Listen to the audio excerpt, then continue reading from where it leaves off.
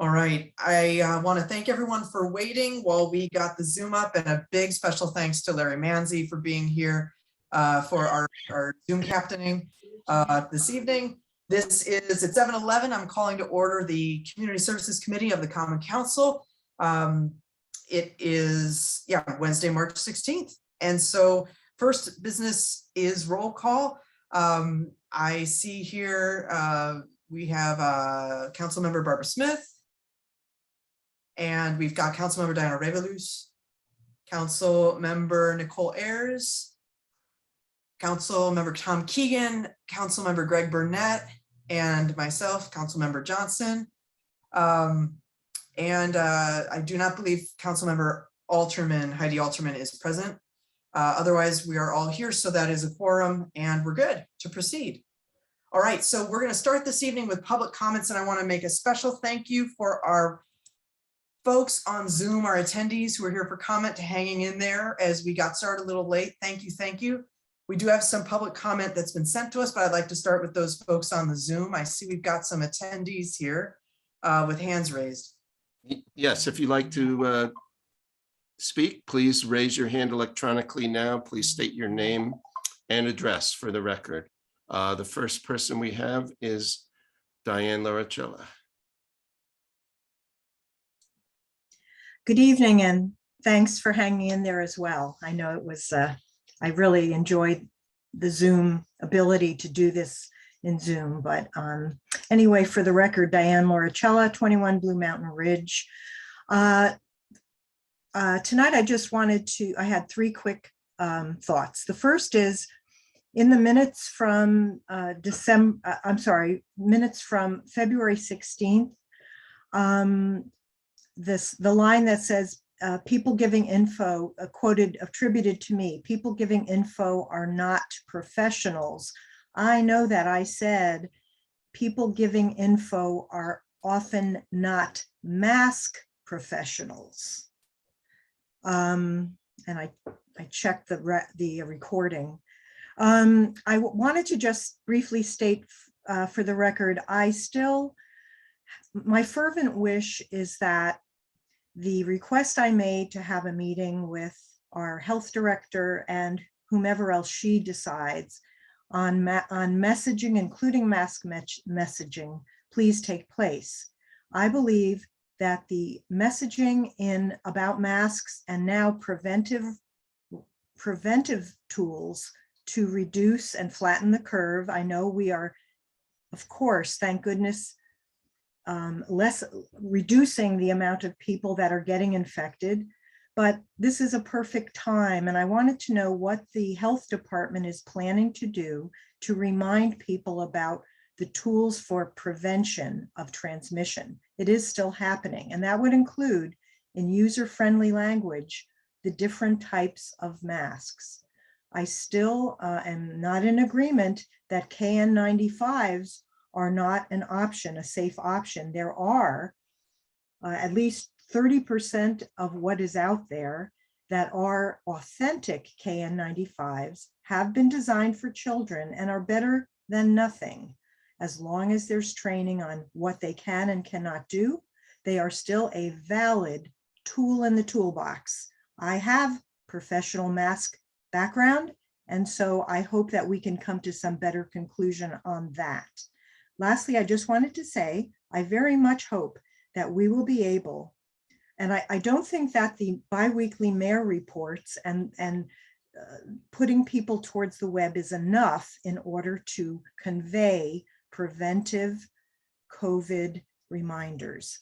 Lastly, I hope that we will consider in the operating budget adding a diversity, equity, and inclusion officer now to get things moving now, for forming a commission now, if not a police civilian advisory board now. Let's use grants and make sure they pay those grants to these types of important officers. Thank you for your time, for letting me speak, rather. Thank you, Ms. Lauricella.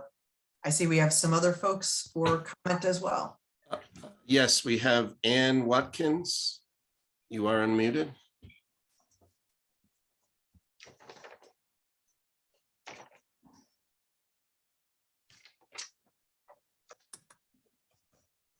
Hi, Anne. Ms. Watkins, you could unmute yourself. I think Larry has already unmuted you on the main Zoom here. Okay. And you Perfect. should be hearing me now. Thank you. We definitely can. Thank you. Thank you again. For the record, Anne, A-N-N-E, Watkins, 12 Kreiner, K-R-E-I-N-E-R Lane in District D. I've been especially following the progress and the setbacks to addressing issues of equity and justice for all over the last 2 years, and was present last month when you received the report by the consultant. And I'm also a member of the Race and Social Justice Coalition, who has interests in this area. And I'd like to comment on 2 or 3 items raised at last month's meeting. First, thank you to Chairwoman Johnson for keeping this on your agenda, and I hope it continues to be kept each month until and as progression is made. I'd like to strongly endorse what I heard in your discussions, particularly from Councilwomen Ayers and Revelos last month.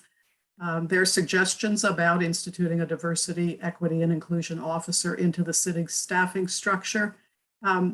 It is a far more effective use of the money already allocated than continuing to seek outside short-term consultations, which seemed to still be under consideration last month.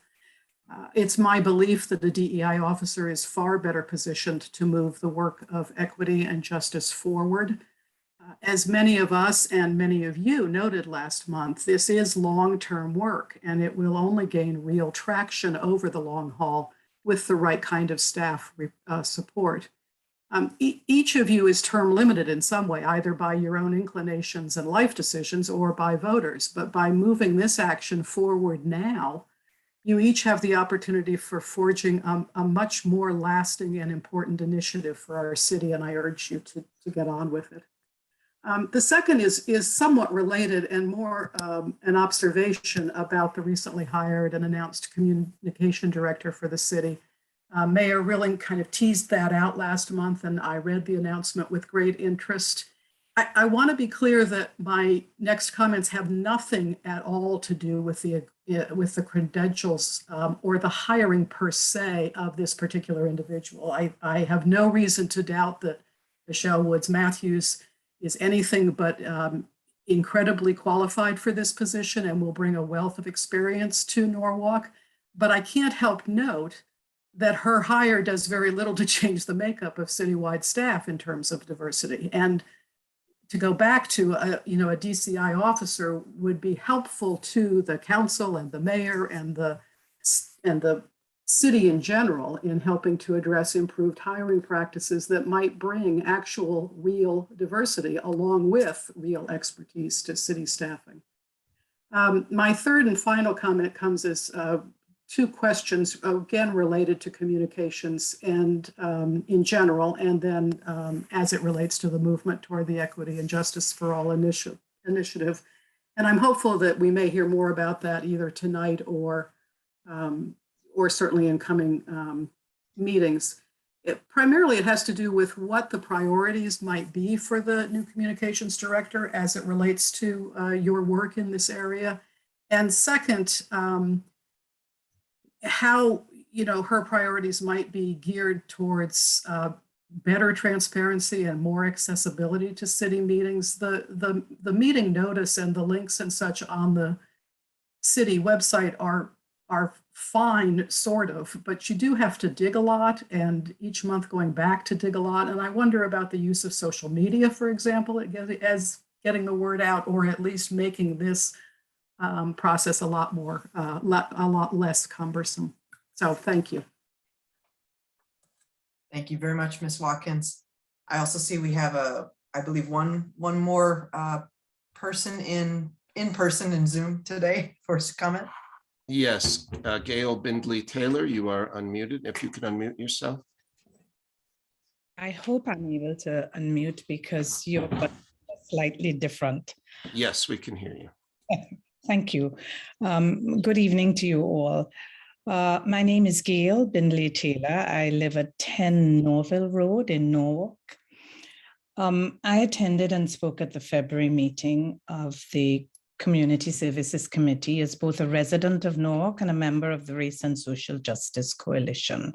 I know that a number of members have written letters regarding next steps on the Equity and Justice Initiative, so I'm going to try not to be redundant. I would, however, like to make a comment and ask a question, and it has to do with communications.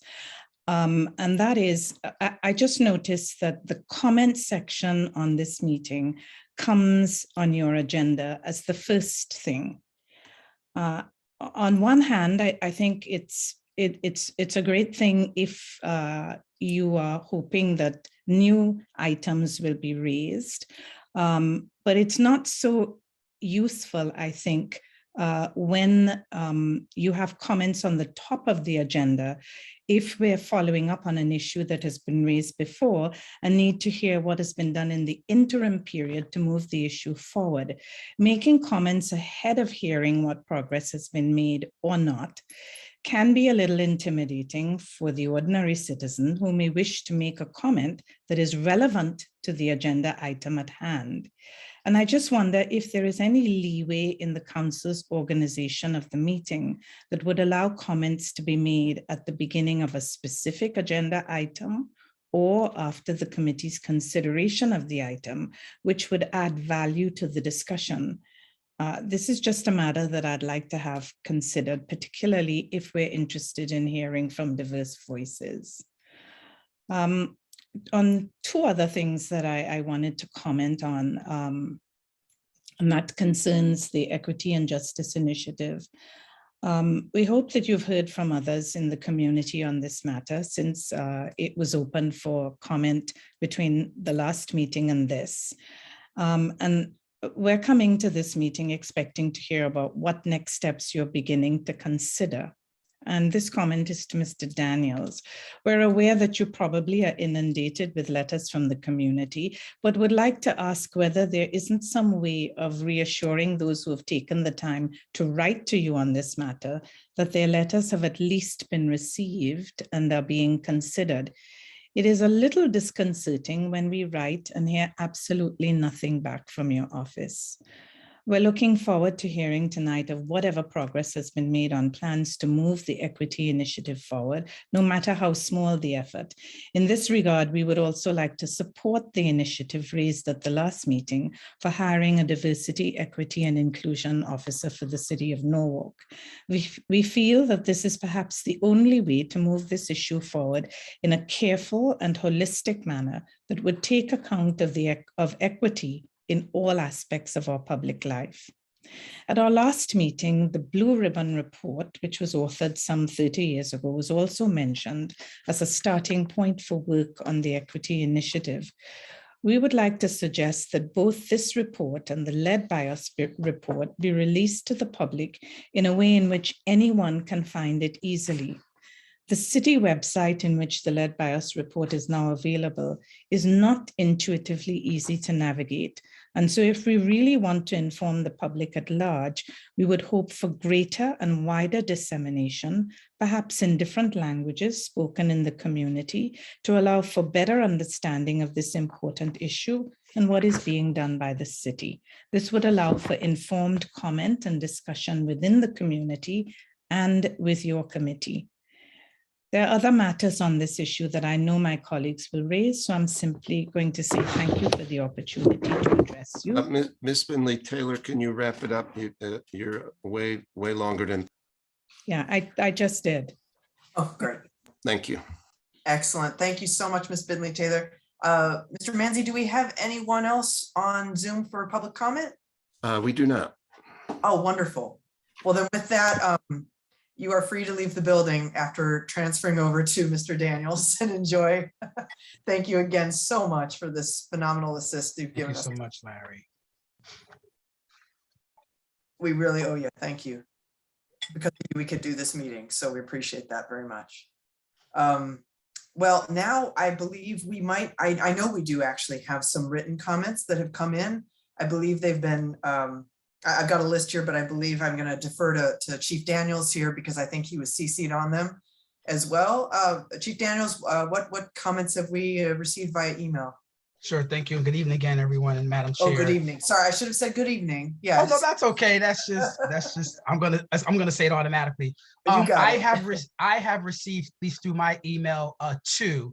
I don't know if any other common council members receive additional. So I'll be reading the two that either was received directly to my office or I was CC and read into the record. So I'll start with number one.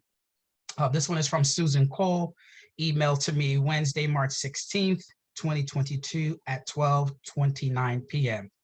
Dear Mr. Daniels, I am Susan Cole, and I attended last month's Community Services Committee Zoom meeting on February 16th, 2022.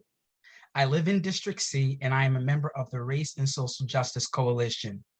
I applaud your interest in forming an Equity and Justice for All initiative, as well Norwalk's initiative in moving to hire a DEI, Diversity, Equity, and Inclusion Officer for the City of Norwalk. I ask that you make this officer a full-time, permanent cabinet-level chief to demonstrate that Norwalk is truly committed to address issues relating to systemic racism. As Councilman Keegan suggested at your last meeting, there is a need, quote, to focus on the loss of trust in the community between citizens and police, unquote. This chief should have a wide range of executive experience in working with cities and towns. We need someone capable and excited about moving equity work forward through our various municipal departments. In other words, we need more than new policies. We need these policies enacted with efficacy. Excuse me. I would also like to recommend that people of many different backgrounds be included in the Equity and Justice for All initiative. Norwalk says it takes pride in our diversity, and several members of the committee said at the last meeting that they would like to see those who are disenfranchised have a seat at the table.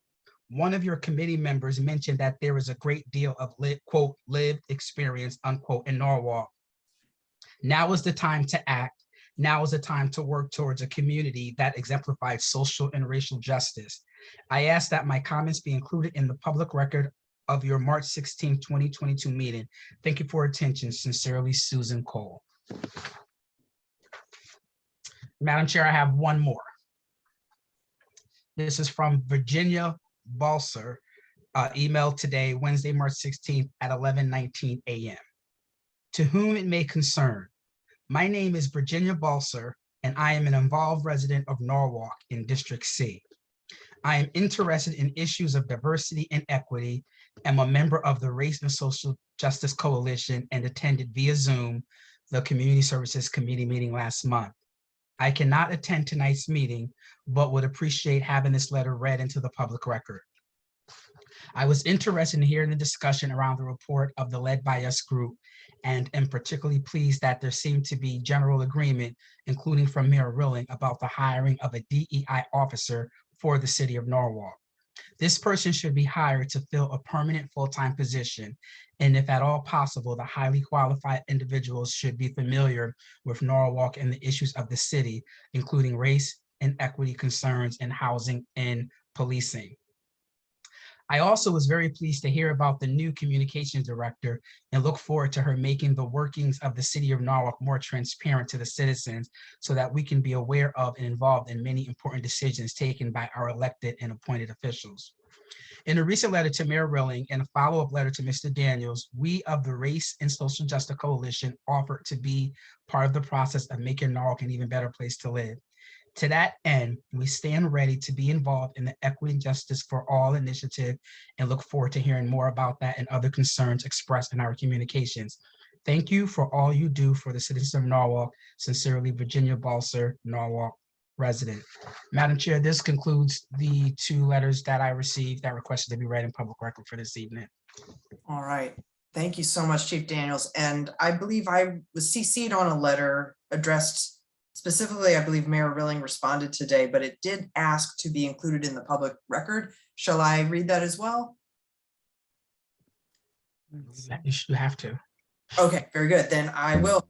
This is, let's see, emailed last night. And so it says, Dear Mr. Daniels and Mayor Rilling, my name is Sarah Johnson, and I attended the February meeting of the Community Services Commission as both a resident of Norwalk in District E and a member of the Race and Social Justice Coalition. Below are questions I would like addressed during this evening's discussion and comments that I would like to be included in the public record of this meeting, please. 1, as the Race and Social Justice Coalition, we have written letters to you, Mayor Willing, and to you, Mr. Daniels, regarding equity in Norwalk, the Equity and Justice for All initiative, and policing. Thus far, no letters have been answered. When might we expect answers to these letters? Why have you chosen not to answer them up to now? 2, please state the progress to date and discuss plans for the future with dates for A, the formation of a group to work on the Equity and Justice for All initiative, something that Mayor Willing promised nearly 2 years ago. B, hiring a diversity, equity, and inclusion or DEI officer for the city of Norwalk, a wonderful demonstration of Norwalk's commitment to equity throughout the city, now only potential. C, releasing a blue ribbon report to the public so that we can see what it offered as council 30 years ago. D, the formation of a civilian review board to work with the police department, something suggested and discussed 2 years ago following the murder of George Floyd. E, the engagement of the new communications director in the items A through D above. While I could elaborate on any of the above points, all were discussed at last month's meeting and are further explained in our letters, which all of you have received. And I know that the committee has a full agenda this evening. Thank you for entering these questions into the record. I look forward to this evening's discussion and to the Race and Social Justice Coalition's hearing from both Mayor Willing and Mr. Daniels. Very truly yours, Sarah L. Johnson. All right, and I also have corrections to, well, no, we're not talking minutes yet. Okay, never mind. All right, that is all I have. Does anyone else on the committee have correspondence from constituents and residents for public comment tonight? I think that is a no. All right, last call. Okay, so that will conclude our public comment for this evening. I want to thank everybody who spoke and wrote in, and please continue to do so. And you can email us as committee members as well, depending if you want to talk to your district reps. We're well represented here too, A, B, D, and at large. All right. So now we're moving on to 3, approval of minutes from meeting held on February 16, 2022. Do I have a motion? Thank you, Councilwoman Revolus. I see you. Thank you. And do we have any additions, corrections, deletions? Yes, first, Councilmember Smith. That's one. Thank you, Chair Johnson. On page 9, bottom of the next to last paragraph, it should read, Ms. Smith agreed that the ordinance committee needs now to be involved as opposed to created. The committee is well in creation. So yeah, it's just time for the ordinance committee to be involved. Fantastic. I saw that too. Yeah, thank you. Councilman Burnett. Thank you, Madam Chair. On the bottom of page 3, there's a statement that says Councilman Burnett questioned the VA2 variant, and I believe the correction should be BA2 variant. I wouldn't want to imply that I've identified a additional variant. It's BA2 should be the correct term. Absolutely. Thank you for that. I believe our epidemiologist also caught that, and you both are right mind. So thank you very much, Councilmember Burnett. Any other council members, particularly pertaining to things that you said that were in the minutes you'd like to address? I do have some grammatical corrections, which I will email because I just don't want to take too much of our time, but I also have some corrections. I have one that on page 3, where it says KN95 information was repeated directly from the CDC. It can read as something to the effect of KN95 information was excerpted directly from the CDC webpage, which was shared during the recent and prior meeting and can be further accessed via the provided web link to the address, the comments in the January 19, 2022 minutes and public comment. Oh, sorry. Can be further accessed via the provided web link to address the comments in the January 19, 2022 minutes and public comment. That's what I've got there. For our Telesco services, hopefully that was clear enough. Let's see, I also have on the first page, it should read Council Member Darlene Young instead of just Council Darlene Young. Page 5, I have, it should say, I need to find it, under Unite CT, The very first line of the page on page 5, assist residents to pay their rent. Let's see, I've also got the second full paragraph on page 5. The email, I believe, should be fairrent@norwalkct.org. Instead of cp.org, it should be norwalkct.org. I believe the Ms. Scribbs that is referenced later on down page 5 should be Ms. Suib, S-U-I-B, if I'm not incorrect, Mr. Daniels. I think that's right, because they're referring to our fair housing officer, Margaret. Okay, That's very correct. And then I also see a misspelling.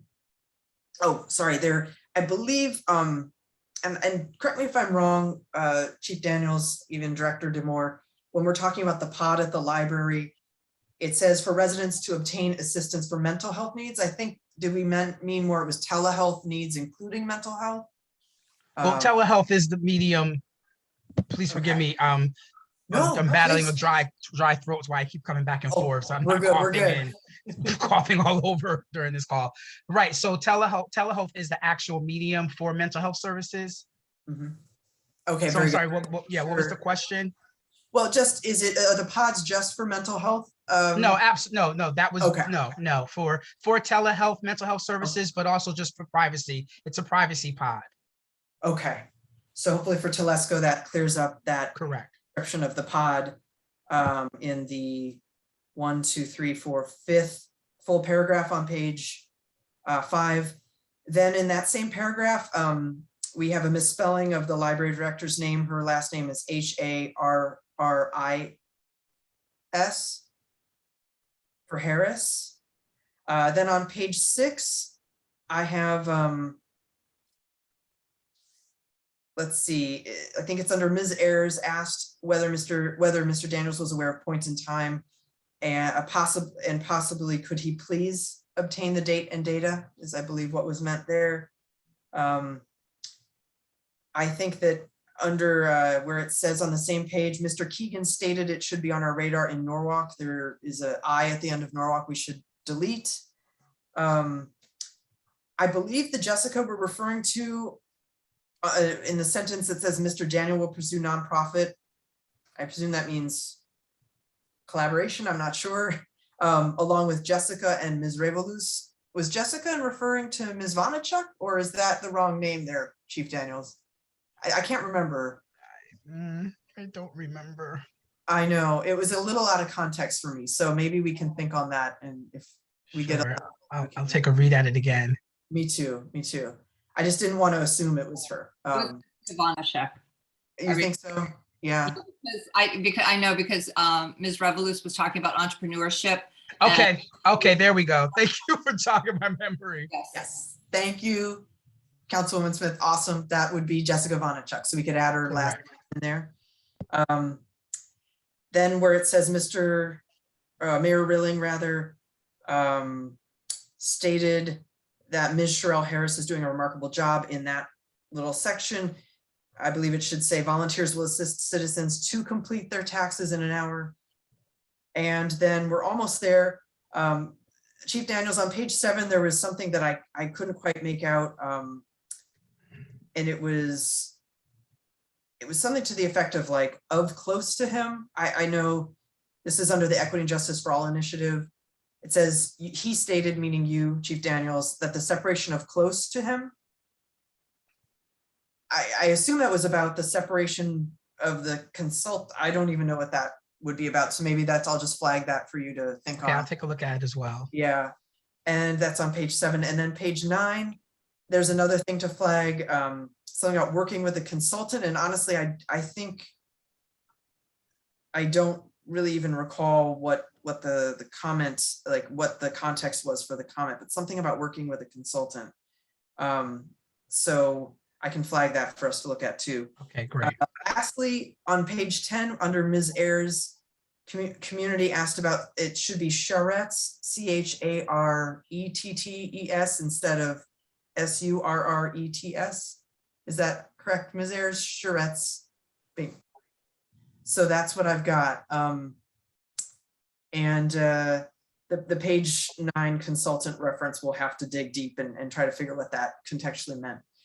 Okay, so I will email others in. Any other, and last call for minutes changes? I'll call for a vote then to accept the minutes as amended. I see you, Councilwoman Revelous, thank you. All in favor as amended?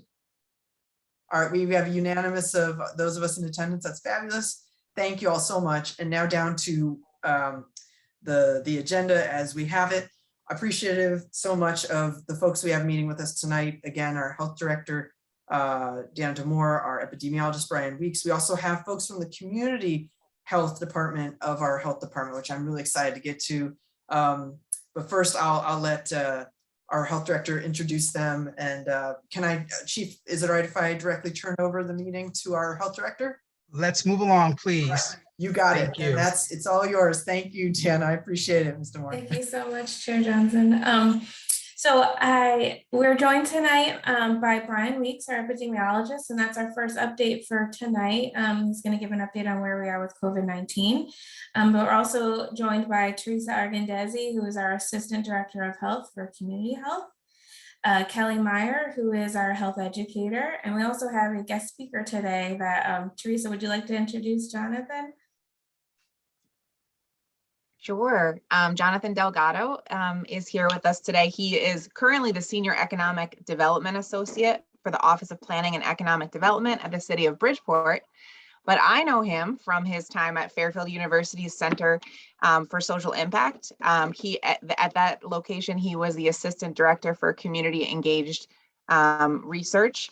And he was in that role for 4 years and assisted us with a data project that we'll be talking about a little bit later today. So I'm excited that Jonathan was able to join us. So thanks, Jonathan, for being here. Thank you, Teresa, and thank you, Jonathan. So I'm going to just pass it on to Brian right now to give an update on where we are with COVID-19. Brian? All right. Hi, everybody. Brian here. So let me just share screen and jump right into it. So the usual kind of PowerPoint presentation. So what you should see on the screen is the reminder that all this data is up to date as of this afternoon, March 16th, 2022, and is provisional and subject to change. All right, so looking at it from the big picture standpoint, as you can see on the left-hand side, this is the Johns Hopkins University of Medicine, School of Medicine, Coronavirus Resource Center, just looking at the kind of global and US confirmed cases and deaths. So we have about 462 million global confirmed cases, about 6 million plus global deaths. It's about 79 million plus US confirmed cases and about 967,000 plus US deaths related to COVID-19. Now switching to the right-hand side, what you might see is a little bit different chart from the usual. So it's not a 4-tiered system like you used to see with the red, orange, yellow, and blue. This is now a new 3-tiered system that looking at orange, yellow, green. And so it's called community levels by county from the CDC. It's a new solution that they developed recently in light of obviously entering kind of the new phase of the pandemic and also kind of factoring in different metrics. And so especially those metrics include hospitalizations related to COVID-19 and staffed inpatient bed capacity in these hospitals. So looking at obviously much more for severity of disease and outcomes, especially if you have a huge uptick of activity. But it also does factor in case rates, and they did adjust it so that the threshold is 200 per 100,000. So with those kind of 3 metrics considered, you have this new 3-tiered system, which is kind of guiding states as well as local health departments and districts in terms of general guidance. So right now you can see for the state, for the country relative to the most recent update, majority of the country is in the green or the low level, which is the lowest of that 3-tiered system. So now zooming in for the state of Connecticut, you can see how 7 of the 8 counties are in the green or low. Only New Haven County is in the medium, but I believe that is something that the state health department has shared with us is actually related to a data issue that they are working with the CDC on. But more or less focusing on Fairfield County, which is directly impacting us. You can see what that, the general summary that the CDC has provided and what that means or entails. So some of that information in terms of low is, have a plan for rapid testing, which applies to all levels of that system. And then obviously talking with one's healthcare provider, if they're a candidate for oral antivirals in regards to SARS-CoV-2, the virus that causes COVID-19. But then as you can see, there's additional recommendations tied to if A county obviously meets the medium or high categories, which includes the mask respirators that provides you with greater protection, including the KN95s. And then obviously for the high category, consider avoiding non-essential indoor activities in public where you could be exposed. And then also in the fine print here from the CDC in this infographic, at any level, people with or around those levels with higher risk for severe illness, with symptoms, exposure to someone with COVID-19, or has a positive test should take the extra precautions to protect themselves and others. And obviously masks are still in play relative to isolation and quarantine. Just want to hit that point home. So moving forward from there, this is the CDC SARS-CoV-2 variant surveillance. So again, SARS-CoV-2 is the virus that causes COVID-19. And as you can see, just kind of how, especially what we're really focusing on is with Omicron, it's running the show as it has been for some time relative to the new year. But it has been picking up in terms of BA2, which is, the stealth Omicron, the subvariant of Omicron in terms of proportions. So if you look at it from the week of March 6th to March 12th, relative to the CDC kind of forecasting models, BA2 is about 23.1% of that proportion. So it has been growing very steadily, kind of slowly, not as like Omicron when it entered the picture. You can see much steeper curve when it did with the purple here, but the pink with BA2 is slowly but steadily increasing. And you can see, just like we were talking about last month, the eastern and western seaboards definitely have the largest proportion of that, but definitely all regions of the country do have a certain level of BA2 present. We want to hit that point home too. So relative to state COVID-associated hospitalizations, because this is obviously important for severity as well as capacity issues when we talk about flattening the curve. So as you could see with 2020 and 2022, again, we had the largest peaks in terms of volume for COVID-associated hospitalizations. And we're currently at, with the newest update from the State Health Department, at 98. So we now entered the double digits, which is really exciting to see. It is a steady decline, again, kind of slow, but we're getting there. And especially given the fact that we were at 1,939 in January 2022. So definitely very good to see that decline still occurring. So if you look at it from a county perspective, Fairfield County is at 28% proportion of those cases for today, Hartford at 21%, and then New Haven County at 38%. So still having the largest proportion in New Haven County. And so looking at the case rates, because this is it's still using the state's older framework, but it gives us a rough idea where everybody's stacking up relative to current COVID activity. So the most recent report, which will get updated by the State Health Department tomorrow, early evening. But nonetheless, the data we have right now, which is reflective of February 20th to March 5th, that 2 calendar week period, the city of Norwalk is at 5.5 cases per 100,000, which puts us in the yellow. So we're not in the red, which is the highest, not in orange, we're in the yellow, and very close to getting into the gray, which is less than 5. And you can see Norwalk here in the yellow, with a mixture of different colors relative to each other town and city surrounding. So looking at it for the big 7 Connecticut cities, as I like to do and do that comparison, and again, this is relative to population, you got Bridgeport, Danbury, Hartford, New Haven, Norwalk, Stamford, and Waterbury. You got Norwalk at 5.5 per 100,000 for the case rate, 2.2% positivity. Danbury is the lowest with less than 5 and a percent positivity at 2.4%. And then the highest is New Haven at 13.8 per 100,000 and 2% positivity. The total for the city of Norwalk is 21,366 cases relative to the entirety of the pandemic, and then total deaths at 265. Now, in terms of proportion of age groups impacted, looking at the most recent 2 calendar weeks, this is for February 27th to March 12th, you can see it's a pretty wide dispersion in terms of the age groups impacted. You do have your usual kind of what we usually see in the largest proportion throughout most of the pandemic was the 30-39-year-old age group. But this time, the largest proportion is 10 to 19 at 17%. So that is something noticeable in terms of just COVID proportion jumping back and forth. Naturally, when you especially have such a wide dispersion of age groups, that's going to impact multi-generational households. It's going to impact obviously young families, older families, anybody that might have kids in that age range. And then let alone the kids themselves might be exposed from social activities or other things. And then it's going to kind of cause it to bounce back and forth. Nonetheless, the volume of those cases has decreased. This is just looking strictly at proportion in terms of percentage. But it does emphasize the point that COVID is obviously going to grab a hold of age groups that are susceptible. So you see in that large age group dispersion.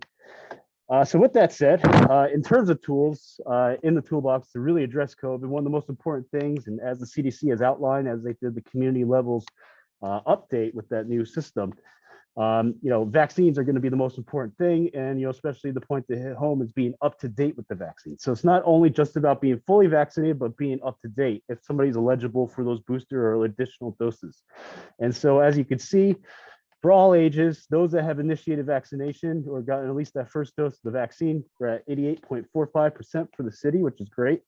For fully vaccinated, so that primary series is 78.08%, and then additional doses received is 37.5%. And so again, the point I like to hit home, especially for those younger age groups, because of their later eligibility, for fully vaccinated for 5 to 11 years old, it's at 36.77%. So obviously getting those numbers up there in comparison to the other age groups, say like the neighbors like 12 to 17 years old, is at 86.46%. But nonetheless, really great numbers, and especially when in comparison to how the rest of the state is performing in terms of other towns and cities.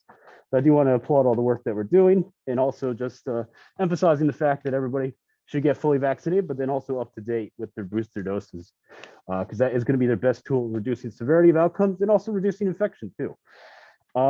So again, also, if somebody does suspect that they might have COVID because they have symptoms consistent with COVID-19, as well as if they might have been exposed, and they should be seeking testing, by all means, we still have our Shady Beach testing site at 99 Pasture Beach Road.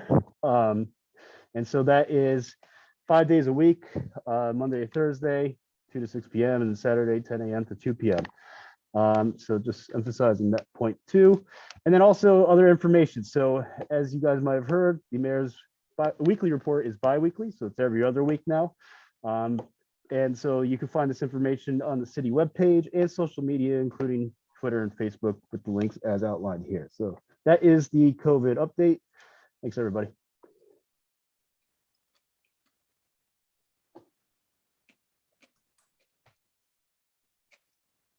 Thank you, Brian. I just wanted to add before I'll pass it on to our chairwoman, Sammy Ms. Johnson. We continue to do contact tracing. We have contact tracers on staff. We continue to do outreach and education. We have community health workers that are going out to various locations in the community, handing out masks, sanitizer, educational materials, information about precaution measures, vaccination, and other measures. And we continue to provide guidance to community partners. Teresa is on Lamont's community partner calls, giving the latest updates, as well as Brian. So we continue to do all of that as well. That's excellent. Thank you, Director Demore. Thank you, Epidemiologist Weeks. We appreciate it. Any questions for particularly Mr. Weeks before we move on? I just, one question I've heard from a constituent, if I could just ask, I don't even know if you'll have an answer, but we've been hearing about how the CDC is changing how they're collecting data. So I've been hearing from some parents, especially, who are concerned about the mask mandate being lifted in the schools. How do I know what the data is so I can make decisions for my family about safety? Like, are the new CDC data collection metrics going to be helpful for people in that regard? Are there tips and tricks you might be able to give us for laymen in that way, Mr. Weeks? Sure, I can start off. So I think, yeah, it's important that everybody still follow the prevention measures, like getting fully vaccinated and up to date with their vaccines. I think that's, again, one of the most important items. The CDC's hit that home again when they updated that framework. In addition to that, keeping tabs on the information and data. We would still do the bi-weekly report. We still do updates on social media, especially if there's any concerns with upticks or anything else that's going on in terms of activity. Fortunately, right now, activity is low and it's on the downtrend continually the last few weeks. So it's been excellent news. We're obviously keeping a keen eye on the impacts of spring break as it kind of currently happens with some institutions, as well as later on in the month, and if not even early April. So we're keeping an eye on that in terms of activity, and we'll be notifying obviously accordingly if we do see an uptick or anything concerning related to it. But definitely we provide one of the most comprehensive reports in the whole state relative to local health departments and districts. So we try to make all that information available to everybody in the town to utilize and stay on top of things. But right now we are in a better position. compared to before. This new framework is definitely looking at it more from the severity aspect, because it's under the presumption and the hope that most everybody that can get fully vaccinated and up to date with their vaccines do so when they're eligible. And also just following the recommendations as they come out, because there's also, everything's still a fluid situation. There will be potentially additional booster doses that might be recommended relative to different age groups, obviously including what's currently recommended for those that are immunosuppressed or immunocompromised and greater risk of severity. So, factoring those things in, being mindful of that information, again, we try to make that readily available for everybody so they can kind of act upon it and be aware of this and also be ahead of it. So, we're also pursuing other avenues to get information to keep us up to date and also have earlier warnings or alerts relative to COVID activity. But we're 2 years into this pandemic. So I will say that, we have to factor this in, not only with the COVID activity itself, but also the human component too. People are also, 2 years into this. We've asked them for a lot. And there's a lot of different things to consider in terms of, messaging fatigue, as well as, mass fatigue too, but other things as well. But yeah, we're trying to factor all that in to make a comprehensive recommendation and also guide people along with various different messaging tools. But as you can see, I am on camera because I know it was requested, so you can see me here, and I am wearing my KN95 right now. So Excellent. It's nice to see you, Mr. Weeks, but we also appreciate how you give this detailed report. So it's understandable that you're not on camera when you're sharing your screen, of course. So we appreciate all the detailed information. And I know that with that emerging variant, the BA2, we're going to have to watch that too. And I know you pointed that out to us before. Thank you so much. Any other questions for our epidemiologist, Mr. Weeks? We're good. Well, thank you so much again. I'll turn the floor back to Health Department Director DeMoore. Thank you. And I'm going to turn it over to Teresa Argendezier, Assistant Director of Health. We've got a really exciting update for us tonight, talking about food and nutrition and all the great work and about her division of the Health Department. So Teresa. Thanks, Deanna, and thank you all for inviting us to come. The Community Health Division is a growing and strong group, and we're excited to share this one slice of the work that we do. Mostly to keep me from babbling on and on, I did make some slides, so I will share those. Get us into slideshow mode here, but I do use the caveat that I can't see as many folks when I'm sharing my screen, so please feel free to interrupt me if someone has a question. And so Kelly and Jonathan and I will kind of tag team this presentation, but thanks again for having us. I thought I could just tell you a little bit about the Community Health Division of the Health Department. And then I've been asked to speak specifically about any of the nutrition and food related activities and programs that we have going on. I'm going to go into a little bit more detail about our food access initiative, which has been a big focus of our work over the past couple of years. And then Kelly will talk a little bit about some of the ongoing or future programs that we have planned. So here's a little glimpse of the Community Health Division. We had been called Health Education for a little while, but to reflect a kind of growing and more comprehensive approach to health promotion and health education. We're the Community Health Division now. Our focus is around community health improvement, community health strategy, partnerships with other community agencies and community members. We do our fair share of traditional health education programs still, which is our heart and soul.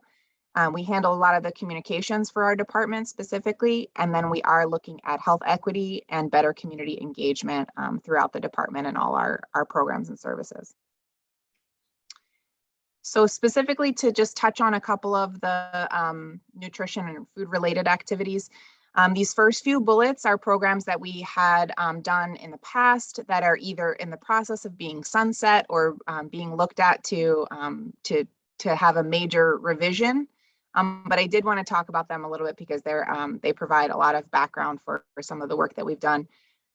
Fit Kids is a curriculum that we developed and tested for after school programs and out of school time programs that teach kids about physical activity and nutrition.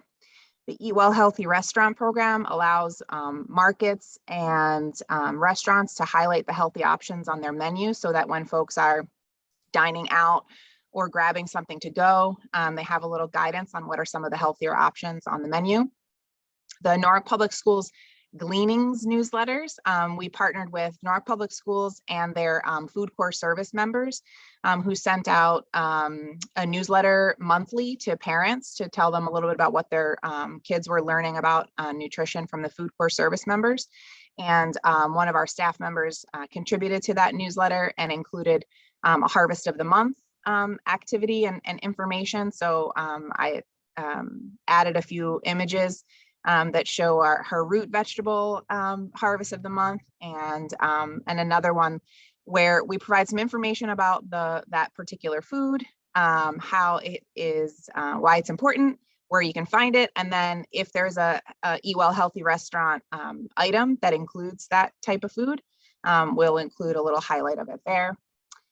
We have participated in the Norwalk Public Schools Wellness Committee, looking at a variety of wellness topics in the district, including nutrition. And then we have our Growing Gardens, Growing Health program, which is a summer program bringing families to Fodor Farm on Flax Hill Road. Parents and kids learning how to garden, how to cook fruits and vegetables and herbs, and how to make those things budget friendly, family friendly, so that the kids will enjoy them as well.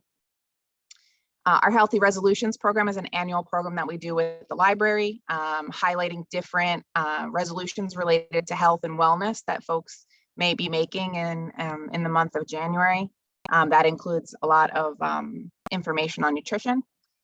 Each year, we try to provide a list of all the farmers markets in the city of Norwalk, so that if folks are looking to go to a farmers market, they know where they're located, their hours, what types of payment they take, that kind of information. And then a collection of other food-related activities and programs and initiatives falls under the larger umbrella of our Food Access Initiative. I'll talk about that for a second. The Food Access Initiative came about as we were doing a lot of work in nutrition education, and came to the very clear conclusion that that there is two sides to the nutrition and food coin, and one is helping people understand different broad nutrition concepts, but the other is making sure that they have access to that healthy food. And so in 2018 and 2019, we brought together a lot of food agencies, pantries, faith-based organizations, philanthropy organizations that work in this food sector in emergency food or charitable food, as well as agencies or organizations that serve food insecure residents, to talk about what's working well, where can the food system be improved.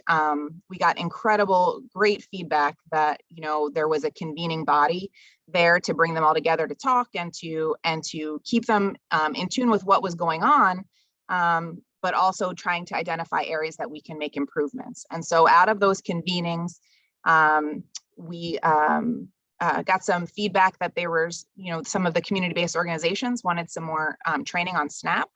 The Supplemental Nutrition Assistance Program, which is a program that is shown to assist folks to eat healthier, but also to be able to manage their budget and use their budget in even better ways by supplementing their grocery budget. And then also at the very basic level, a food access guide. So a collection or a list, kind of like that farmer's market list of where the pantries are, where they're located, what their hours are, how people can get in touch with them. And so those were some of the activities that we began in 2019 and early 2020. We also were able to put together a community food report so that we could find some level of baseline data to help us understand where we were as a community in terms of food insecurity. And I'll talk about that in a second, or I'll let Jonathan talk about it. And so, but then also, of course, in early 2020, we did shift to emergency response and COVID response, and Lamond was able to carry that torch and bring those food providers together. We continued to update the food pantry flyer, which changed substantially over time as pantries closed and reopened and changed their hours and their service model. We hired some community messengers to get out in the community and give out information about SNAP, answer questions, bring feedback back to us about where people were still finding barriers to accessing SNAP. During COVID, when there wasn't a lot of opportunity for in-person programming, we did do some work around educating donors about, how to donate healthy options, and not just, what you might have in your pantry at the time, but how to make some smart donation choices. And then Lamont, we supported Lamont and the rest of the community services department in bringing those food agencies together to continue discussing, what were some of the emerging needs during COVID, both of their clients and of them as organizations. So trying to strengthen the food system and put that infrastructure in place. And so that's some of the work that we did in food access, but I did want to give Jonathan a chance to talk a little bit more in a little bit more detail about the community food report. So I'm going to stop sharing. And then Jonathan, did you want me to bring up the report? I got it. Okay. All right, great. So take it away, Jonathan. The first, I wanted to, thank you all for inviting me to talk about this report. It's definitely one that is thought of fondly for our program. It was kind of the first of its kind in that, we tried to create something that was comprehensive and a deliverable that could be accessed by a lot of people. And excuse my dogs because they've been making noise this entire time. This was very much a collaboration between our program and Teresa and the rest of the health department. I think, we set out to do the data analysis and the visualizations, but the overall structure and then the content was definitely something that we had worked on together. So trying to think about, what we set out to do, I think, there's some listed research questions there. The goal of this was to see how we could kind of spark some conversations with data that we knew we might not be able to answer specific questions, how we could try to inform practices and kind of explore some of these various topics that have been brought up previously. So one of the things that we had to do is kind of get a landscape of food access agencies. So that was, with the help of the health department, kind of understand which ones were in operation. And then also which retailers accepted SNAP and WIC. So there's a list for that at the end of the report, but that's also something that we wanted to look at. So in order to explore some of these things, we set out initially to work with the Connecticut Food Bank to look at a multivariate model, specifically around food insecurity. So they work with a larger group, Mapping the Meal Gap, that works with a professor who was at University of Illinois, I think he's moved since, to look at a number of different variables, everything from unemployment, home ownership, racial statistics, other demographics, that helps to estimate what food insecurity looks like in a given area. And they were able to give it to us at the census tract level, which crosses really well with the way that Norwalk acts, has kind of divvied up the neighborhoods in the city. So I think, we're really able to try to localize this information, because one thing that we've learned as a program and working with partners is that, if you give statistics on a citywide level, it doesn't show kind of how things happen within it. So here you see, right, a lot of this estimated food insecurity is the center of the city, Woodward, South Norwalk, Norwalk Center, et cetera. So these maps are also accompanied by tables that break down each neighborhood, not only the amount of people, but the percentages, because we wanted to make sure that it's not misconstrued, right? Some areas have more people than others. So just listing percentages doesn't speak truthfully to the way that these things kind of interact with each other. So beyond that, we also looked at some what we consider, proxy variables. So things that might not fully explain food insecurity in the way that these populations interact with them, but things that we know from other research, right, informs how those populations are, where they are, and who they might be. So, single parents, and we looked at both male and female households, single parent households, to understand how those are spread throughout the city. I think one of the, we also looked at free and reduced lunch. So this was also through Norwalk Act. They had kind of began to understand not only the students that were receiving it, but specifically where they were coming from. So we didn't look at it at the school district level. We wanted to look at exactly where students lived in the city. So that was another collaboration there. I think, one of the most interesting things that we wanted to answer, but we couldn't necessarily, was trying to figure out this gap between SNAP eligible populations and households that were receiving them. It's something that I've tried to answer ad nauseum with other partners and different folks that interact with census data. The reality is that one part of it's looking at people and the other one's looking at households, and there's no real way to kind of cross-reference them, but we can try to infer at least where these gaps might be. So as on a person level, right, we can see certain neighborhoods have a lot of people that are eligible, right, which is 185% of the poverty level, but then also where are the neighborhoods where a majority or at least a sizable portion of the population, the households, receive them. On top of this, we also looked at transportation. Here, so this was something that we thought would be of use as well. So not only all the variables that we talked about, but where are these agencies in correlation to transportation routes? Are they located near them? Are they not? Are there SNAP retailers in certain areas? Because maybe that's another way of outreach that can be done. So I'll just skip to the key findings. I mean, a lot of things kind of confirmed suspicions, but single parent households, there's a high percentage of those in certain areas. Those are ones that might require additional programming. Foreign-born populations are higher in Golden Hill, Hospital Hill, Norwalk Center, et cetera, and can begin to create further conversations about ways that they can kind of interact with them.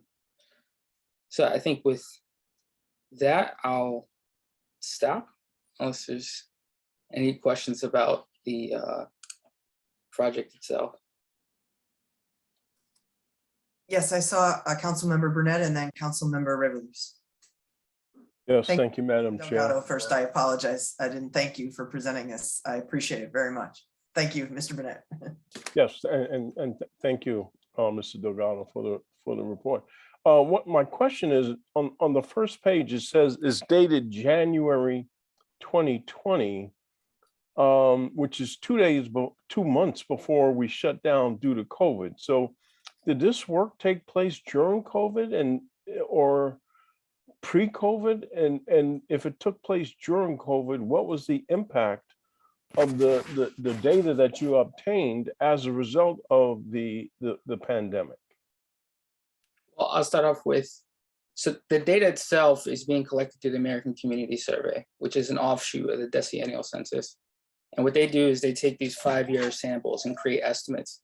So the data itself is dated, but it's the only thing that we could use in the time that we're doing it. And that's the only way we can create accurate data, right? These are large samples, and the only way that we could try to speak to any of these topics without that would have to be like large scale surveys, which are notoriously hard to do. So I think, the data just kind of set the tone, as Teresa said earlier, right? It's baseline. What can we understand about the way that we know that things have existed, and then use that to inform the way that we operate going forward. And if I could just add to that, a lot of those, since Jonathan said the statistics are coming from the census, we fully anticipate that when I think the new ACS data set comes out this week or next week, if I'm not mistaken, we fully expect that those levels will change, and we expect a lot of those economic factors to show an increased burden for food insecurity. So I'm already talking to Jonathan's colleagues at the Center for Social Impact about how we can update this report in a timely manner to try to capture some of that impact from COVID. So the work was done right before COVID. The report dropped then, and then we've been trying to monitor as we go since then. And if I can add, I'm sorry, go ahead, Councilman. Just one recommendation. It might be helpful to change the date or add a some type of disclaimer on the cover page, because when you first read it, January 2020, my first reaction is, okay, report is 2 years old. So if that's not the case, you might want a little further clarification somewhere about exactly what is this data and what is the time frame of the data analysis. Yeah, no, I apologize. I want to clarify. The report is 2 years old. And so we're presenting it today as an example of the data collection and analysis that we've been able to do that has informed our work moving forward. So the community food report has been used multiple times during COVID for to guide our outreach efforts, to help with determining where food distribution sites might need to go. And so we've used that information for activities during COVID, but the report itself was published it was on our website since January 2020. So we wanted to show it as an example of how we're trying to do data-driven decision-making and bringing in academic partners, but it definitely has been a report that's informed us over the last couple of years.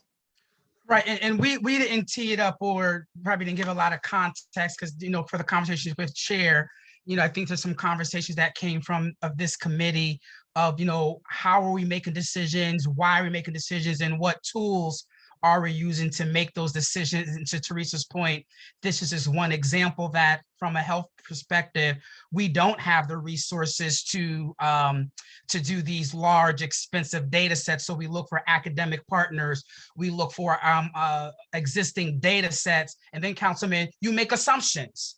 And I'm not a statistician, that's why we have Brian here, but you can make an assumption that if a particular neighborhood was doing bad pre-COVID, you can make an assumption because we've often been saying that COVID has only exacerbated that. So I think the key point is that I would like for you all to take away is that under Deanna's leadership, we're really making a concerted effort and being intentional that whatever we do, the question that we're often asked us, one, is there data, and what is the data telling us in our community? So when we identify the appropriate strategy or intervention, we know the data is saying this, so then we can measure it over time that did this intervention make an impact.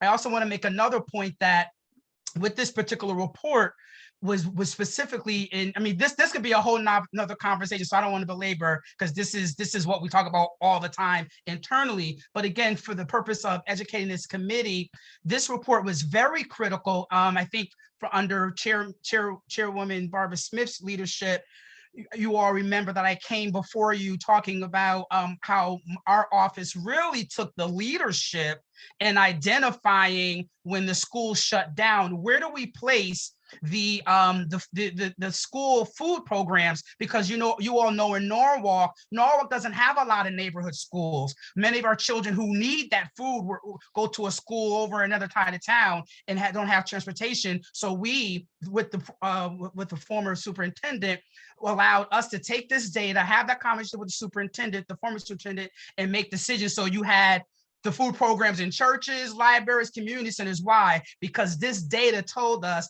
this is where the need is the greatest. It's not in this one community. So this is, Councilman, this is just an example of how we're making decisions based on the data. But to your point, 2020, but 2020, you know, from a data perspective, and again, this is not my wheelhouse, you can use, you know, there's rules around how old the data is, but you can make decision-making based on, you know, 2-3 years data. Obviously, you don't want to do like 10 years worth of data, but you most certainly can make informed decisions, think about what are those appropriate strategies and resources to allocate supports to those neighborhoods. Great, thank you. Absolutely. Excellent. Yes, Councilwoman Rivelos. So my questions are going to go backwards. What I'm going to say is finally. Secondly, I have a question about the report, and then I'm going to go backwards to the programs. In any part of the report, forgive me if I was wrong, I was just trying to capture pictures of the screen.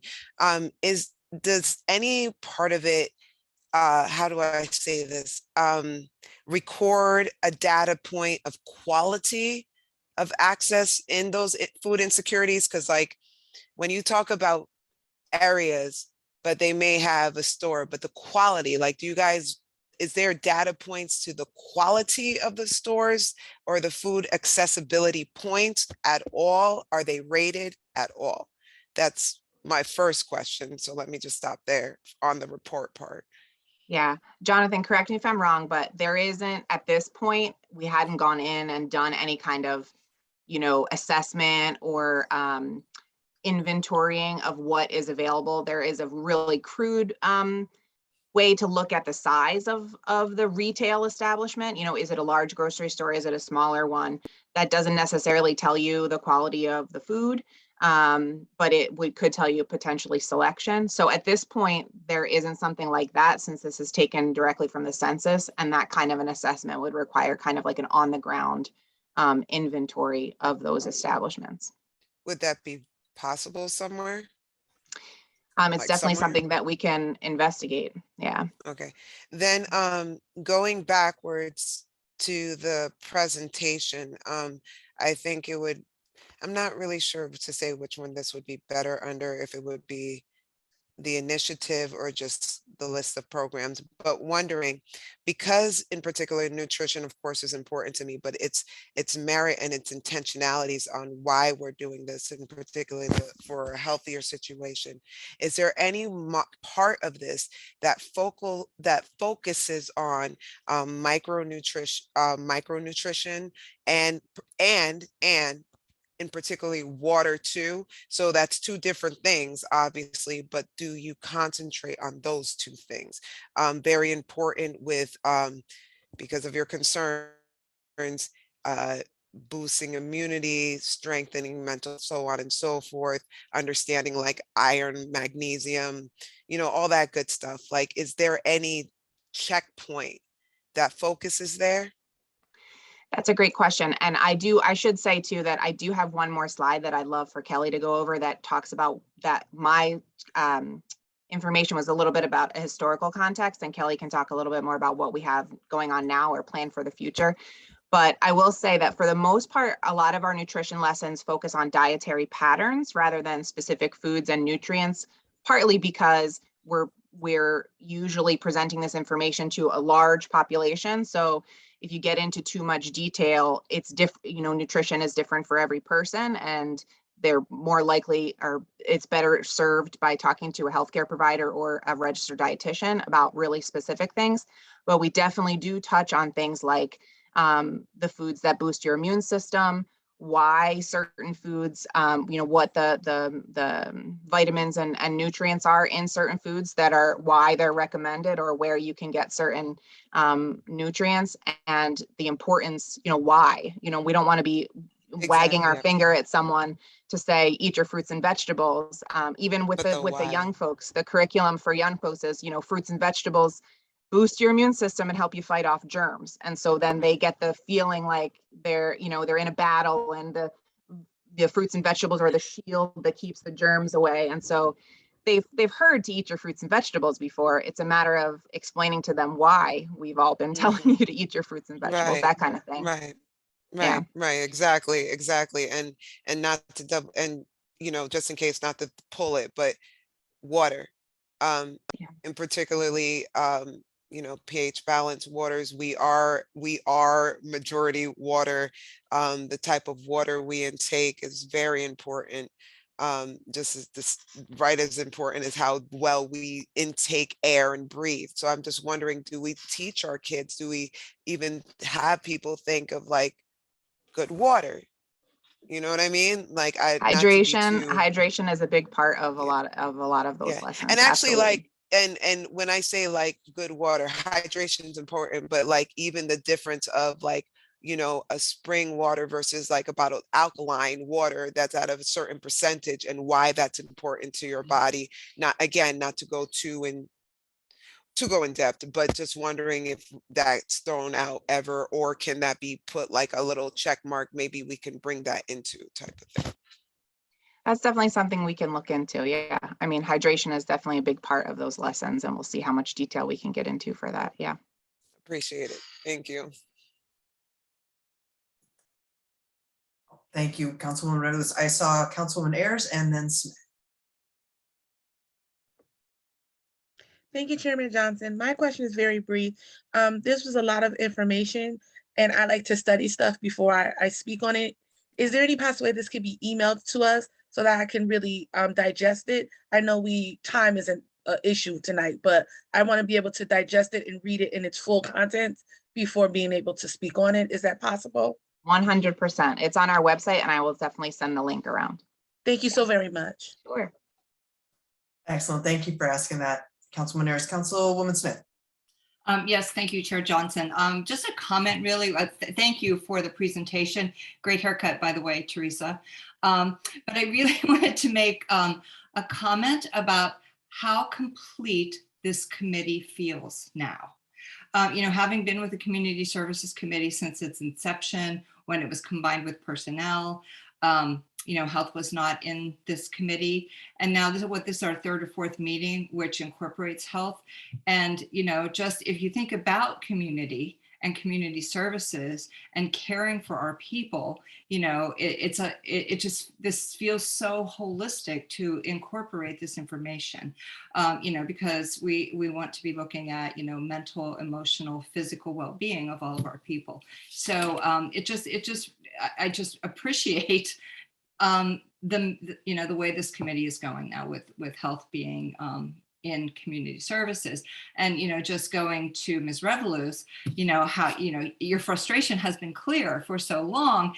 And I think there's several people, several committee members who are on both public safety, have been on public safety, so you're getting the information, but now that it's here, it's just incorporated and really can be addressed. And, we get the information we need and how we're caring for our community. So thank you. That's great. Could I take a second then to introduce Kelly? Is that okay? Okay, great. Oh, absolutely. So I realized when I asked Kelly to be on the call that many of you have not met her. She is relatively new to to our department. This is Kelly Meyer. She's our health educator. She has been with us since October.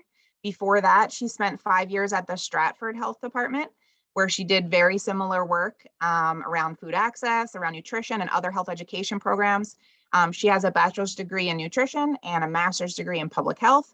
And I just wanted to pull up one last slide so she can tell you a little bit about all the work that she has to do over the next couple of months. So let me just advance. Okay, there you go, Kelly. Thank you. Thank you, Teresa, and good evening, everybody. Can you guys hear me okay? All right, I see some nods. Yes. So I have the fun part of the presentation to talk about some upcoming and ongoing work that we're doing to kind of further this work. So to briefly highlight some programs, we have Know Your Numbers, which is a really awesome program close to my heart. So it is a health promotion and chronic disease prevention program. It essentially is free health screenings that we will be partnering, at least a pilot, with food providers and food pantries to offer blood pressure, blood sugar in the form of A1Cs, BMI, and waist circumference screenings. The goal is to really provide education and counseling around these health measures, identify any elevated measures at this time, and then provide some education around the nutrition and health piece of it. So how can you make informed decisions when shopping at a food pantry to make those healthier choices? How to read a nutrition facts label, information around certain things like elevated blood pressure and what things you can do to lower your blood pressure.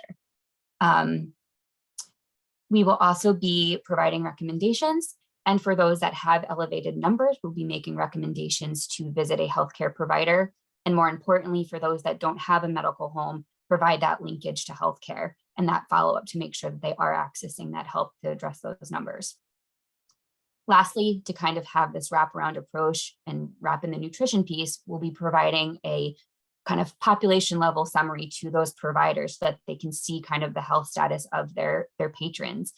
We hope with that goal that can then inform those healthy donations or those healthy purchases when shopping for the pantry. So for example, having fruit cups with water or juice rather than syrup, or those low sodium cans. So we are hoping to begin this in about a month.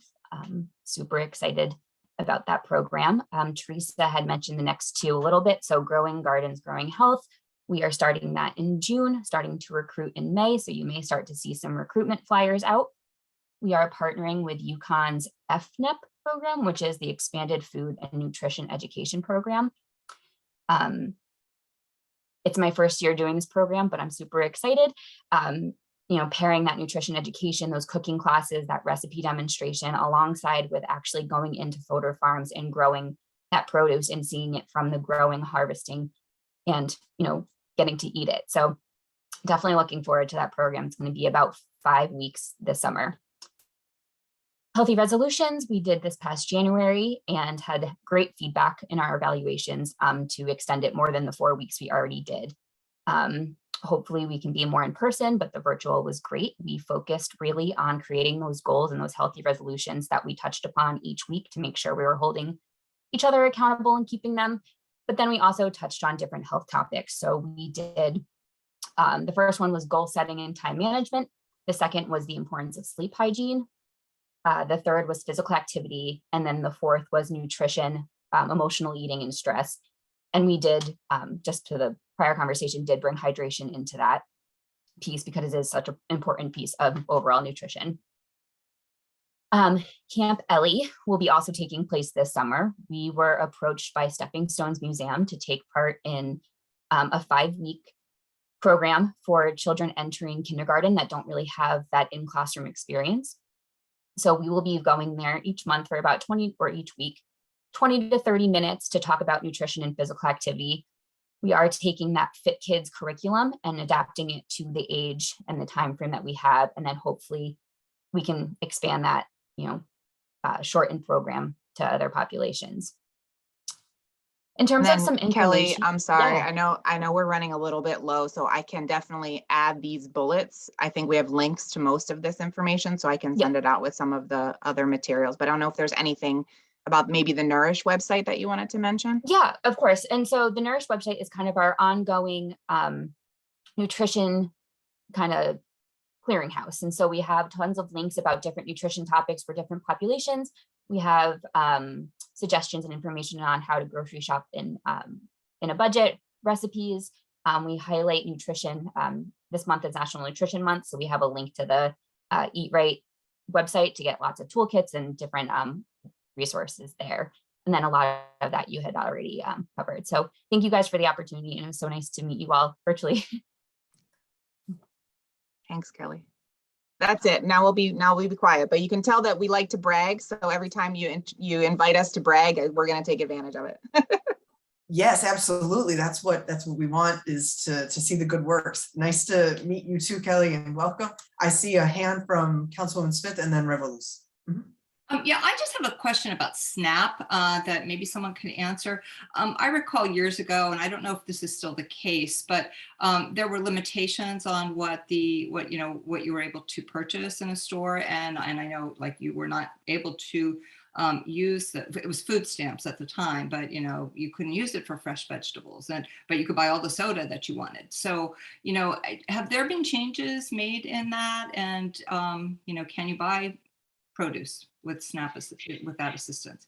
Yes, absolutely. The short answer is yes. The detailed answer is I'm not sure of all of the different purchase options, but I do know it has expanded dramatically. So it is, and SNAP is, as I said, it's proven to, because it allows you to supplement your budget, it really helps people kind of get a toehold when they're struggling. And so we think that rather than looking to increase the actual physical locations where people can get, I mean, that's a great option too, but also making sure that everyone is getting as much supplementary assistance as they're eligible for to help them make, better choices and purchases with what is already available to them.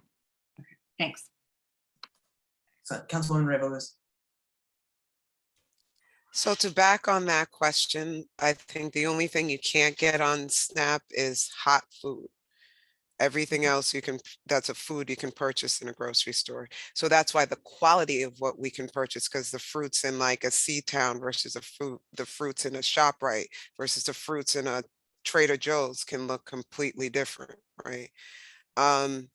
Secondly, what I did want to add though, because I throw out people like like the language line and stuff like that. I found an app because I kept saying about like how can we use QR or this and that. So if you guys in working with this, or if somebody in that company hears us, sponsor Norwalk, there's an app called Yuka, YUKA, right?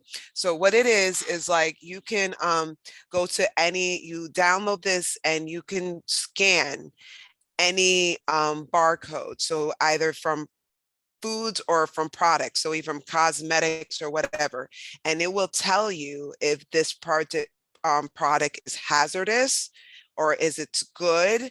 Like I scanned one of my Trader Joe's water, it came up 100%, like this is good. And then I scanned petroleum jelly and it's like, this is hazardous.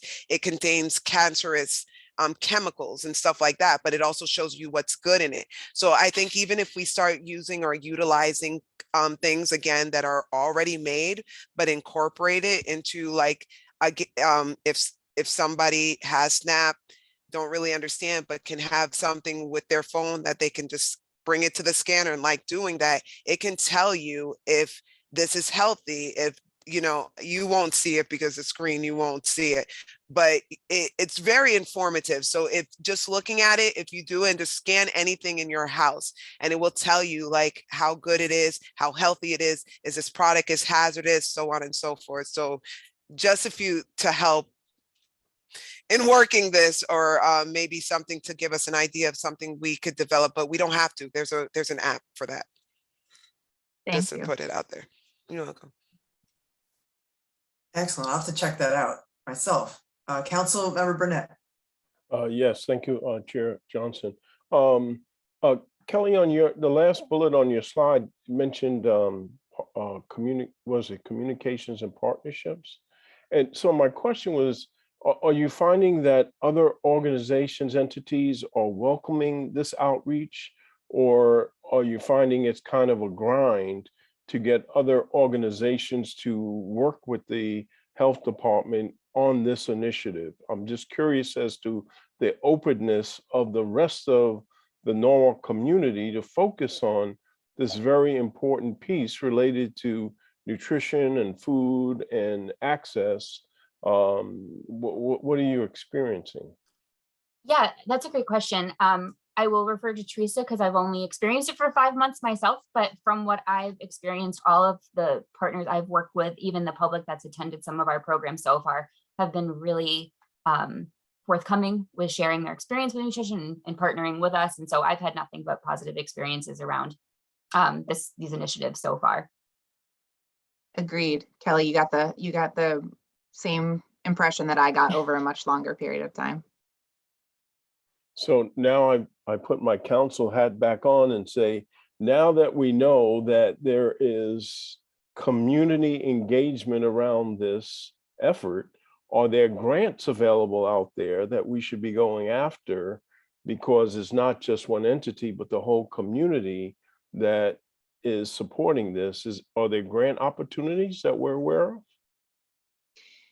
I'm not aware of any currently, but I know this is an area where there is some funding opportunities. So we are keeping an eye out. And even when it's not something that is eligible, that the city as a government entity is eligible for, we are pretty active in pushing that out to our pantry partners and our other community-based organizations that may be eligible. And it's often that collaboration with a government entity or with other providers can really give them an advantage in an application as well. Great. And then if there are any that the city is eligible for, we'll be sure to jump on them. Excellent. Perfect. Good answer. In doubling back on his question, this may sound weird, but again, nutrition is connected to mental health, just like the creative arts. Do you think if we had some push in that as well, not to add more to you, because of the way the world is right now in concentrating, if we said, hey, we're using health to speak to this as well, could it open for grants? I'm just wondering, because that's just a grant opportunity lane. It doesn't have to be taken over, just if we use that as a focus for the environment we're in right now. I think that's a really interesting perspective. I think that a lot of funders will be open to that. I think there's a lot of evidence to suggest that not only does it affect is it beneficial for our mental health, but that COVID has impacted our behaviors negatively. So we're experiencing a lot of stress and anxiety and depression, and not all of us have healthy coping strategies.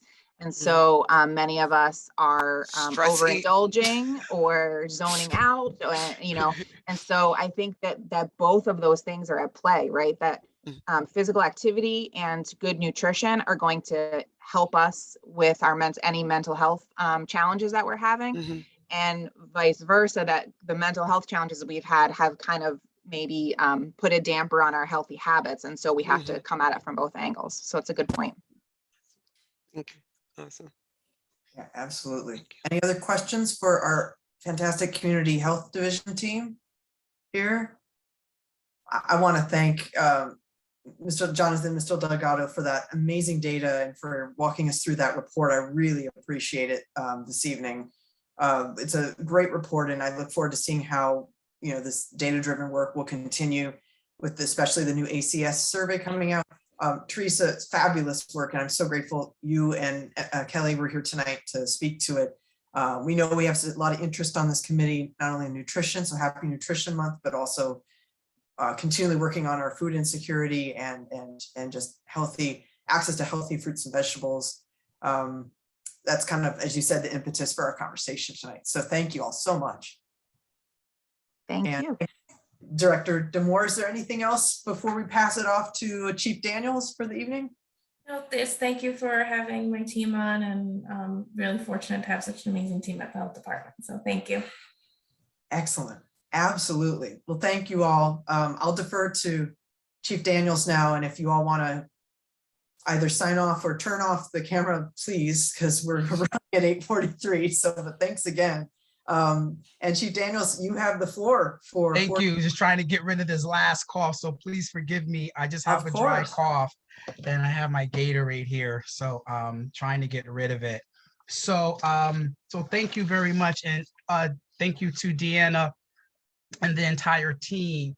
I through you, Madam Chair, I do want to make a couple of reflections, because I think it's important. While my team always going to say yes, but I think in my role as chief of department, I always want to just level set some things. And I want to start with with Councilman Ayers. I appreciate your comment around wanting to take the data and digest it, but I think it's also important. I think Councilman Burnett kind of alluded to it, but I just want to build and put a pin in there. I think what's important, because you asked me that when I first got here, so I'm always looking at it from a larger perspective. While we're always able to get partners to the table, but they also have their own capacity and ability to do what they do. So I appreciate your comment around grants, but I think what we've come into contact is that we're talking about, so if they get a grant, there's often a lot of requirements for many of the nonprofits to receive the funds, with where it gets a little more complicated. So we're always looking for grants. I know that's been a very important role, and I'm going to make reference to the American Recovery Act, because Norwalk is an amazing community. The nonprofits come to the table, we work well together, but when it gets to the ability to receive funding, how do you manage that new funding? And you have to be very careful, and I've seen this in my career, that you don't want to get, you don't want to grow too fast, because then how do you manage that? And so unfortunately, what I'm always focusing on is how do we find those, and I think Councilwoman Nicole Ayers has brought this to my attention in youth services. How do we find those capacity grants? Because capacity then builds infrastructure and positions the nonprofits to expand and start really going after those big dollars, so we can make a big impact. So I just wanted to add that editorial, because especially in my role, I have a different perspective, and I'm meeting with the CEOs and decision makers of these organizations and having those conversations about what is it going to take for you to do more? Because I think what COVID has taught us is that, people were struggling before COVID, but it's at a higher intense rate. It's at a more, more impacted. The numbers are getting higher. People who were struggling, they're struggling, but then there's a new population struggling. So the need has intensified and the need is greater. So how do we help the organizations build capacity? But that means they have to do some inner work with the organizations board to receive their funding. And so the good thing is, since I've been here and because of the reorgs, I would like to connect the dots for everyone when I'm talking, is that my role allows me to do that, to really look at the infrastructure for the organizations, what may they need and how could we support them? Because to Teresa's point, a lot of times the grants are dedicated for nonprofits. The cities, municipalities cannot apply. And I think if you all remember the community health worker program, we help support that grant through the health department, but we moved the funding so FCA can get it. So, I'm not going to belabor that, but I always like to highlight that there's always this process behind the scenes to get where we want to go. But the positive thing about it is that there's a willingness to engage the city, particularly my office, to work with these nonprofits to help them get to that expansion, because that's where they're all struggling with. How do we expand to meet the demand? So I just wanted to, echo that. And before you could take the grant, you got to make sure you're ready to do what you need to do with those grant funding. So, but I appreciate the comment, and we're working diligently to help the organizations to get to that place so they are in a better position to meet the needs. Because in Norwalk, our needs have also intensified, like other municipalities across the state. So, so based on the agenda, I'll move quickly. Wow, it's 8:48. So I'll do my very, very best. I'm like Teresa, we like to talk in community services. People want to get to bed. So if it's okay with you, Madam Chair, I'll just go right through my agenda. So I have community updates, and I'm not sure if we need to take a vote. It's really more department updates, not community updates. And I didn't catch that when we submitted out. So I have some really, really exciting news. As you all know, you all supported the hiring and the restructure for those under Chairwoman's leadership previously. And we hired a new director of human services, and she starts April 11th. Her name is Ana Vivian Estrella. She's from Norwalk. She's bilingual Spanish. She brings a wealth of resources, a wealth of knowledge, and we're really excited about that. We also had a vacancy in the family navigation program, as you all, for those that were here 2 years ago, maybe. I lose track of the time thing, and supported the gracious funding from the Ritter Family Foundation and the Parent Heinrich Foundation with kind of relationship backbone support from the Dalio Foundation. The program is still going strong, and we'll be, talking with Madam Chair Johnson. We're gonna over the year, we want to highlight different things that are going on. So I'm excited about. We had a vacancy, and we hired a young lady named Mandy Cherry, and she's a bilingual Haitian Creole. And you all know that from when I first started, that was one of my goals, is to make sure from a community services, because I say we are the heart of the community. We are the ones that are working when people are stressed, don't have nowhere to go, just dealing with life's challenges. And we know COVID again has just challenged our community in many different ways. And so it was important to me under Mayor Rilling to charge our department to make sure it reflects. So we're just really excited that our department, and my understanding is that Haitian Creole and Spanish are two of the most common languages, while there are other languages, but I know those are very important. So really excited. And they're also certified to translate, and also certified, to your point, I think someone said it here, I can't remember where, to translate, and also translate documents, which is very important, where individuals can have documents in their language so they can be better prepared to respond. So we're really excited about that. And then I have one more announcement. Nicole Gaskrog, and I don't remember her last name. I didn't write her last name down.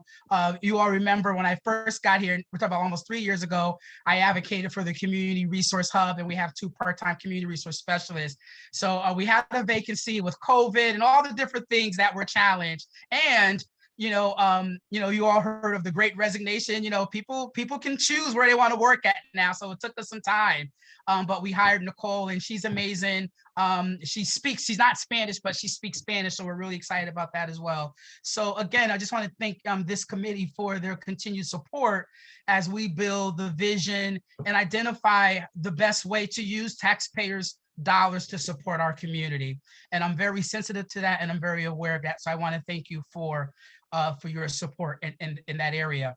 So let's go to number 2, the American Rescue Plan Act, a recovery fund. So this is just an update.